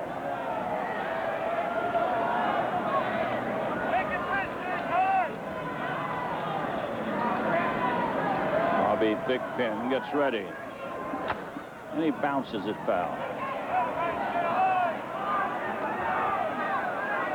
I think this fella came right out of college, didn't he? Outstanding college ball player, I believe. Here's the strike two pitch. He struck him out. Tony Bernazard strikes out to open the ninth inning. Yeah, he came out of Mississippi State. Here's the pitch. He just overmatches Tony, this high fastball. Really a tough job coming off the bench. You're cold. You're not used to seeing the ball.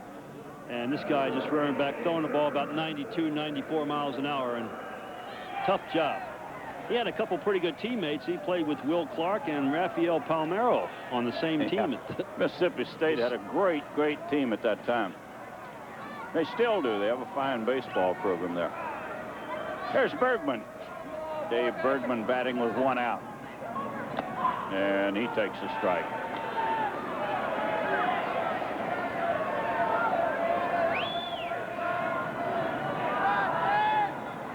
Bergman waiting on the one strike pitch. And a foul into the upper deck. Strike two. Thigpen only spent one full year in the minor leagues, and then started the year at AAA and then moved up quickly into with the White Sox.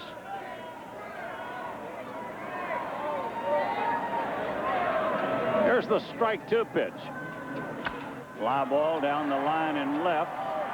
Corey Snyder drifts over and makes the grab. Second out of the inning as Bergman flies to left, and it's all up to Tony Phillips in this ball game. All up to Phillips to keep it alive.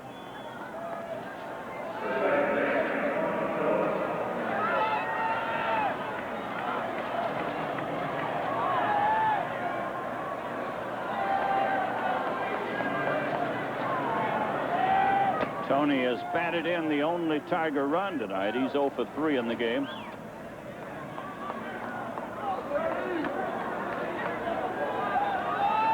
One ball, no strikes.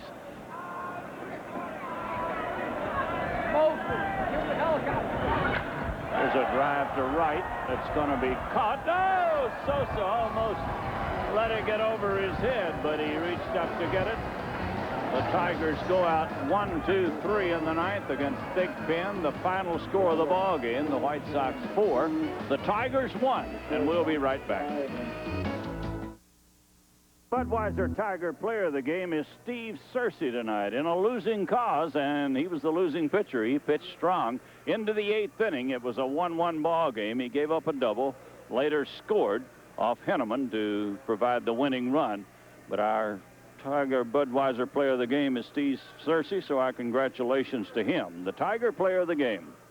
Well, for Al Kaline and Bernie Smilovitz, this is George Kell, hoping you'll be with us next Thursday at 2 o'clock when the Tigers take on the White Sox in Chicago. Once again, the final score here tonight, Chicago 4 and the Tigers 1.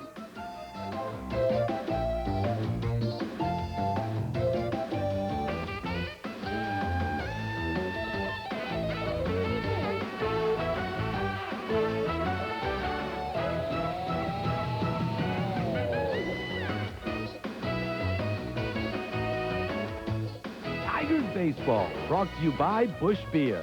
Head for the mountains of Busch. And by your Metro Detroit Quality Ford dealers. They're committed to earning your trust.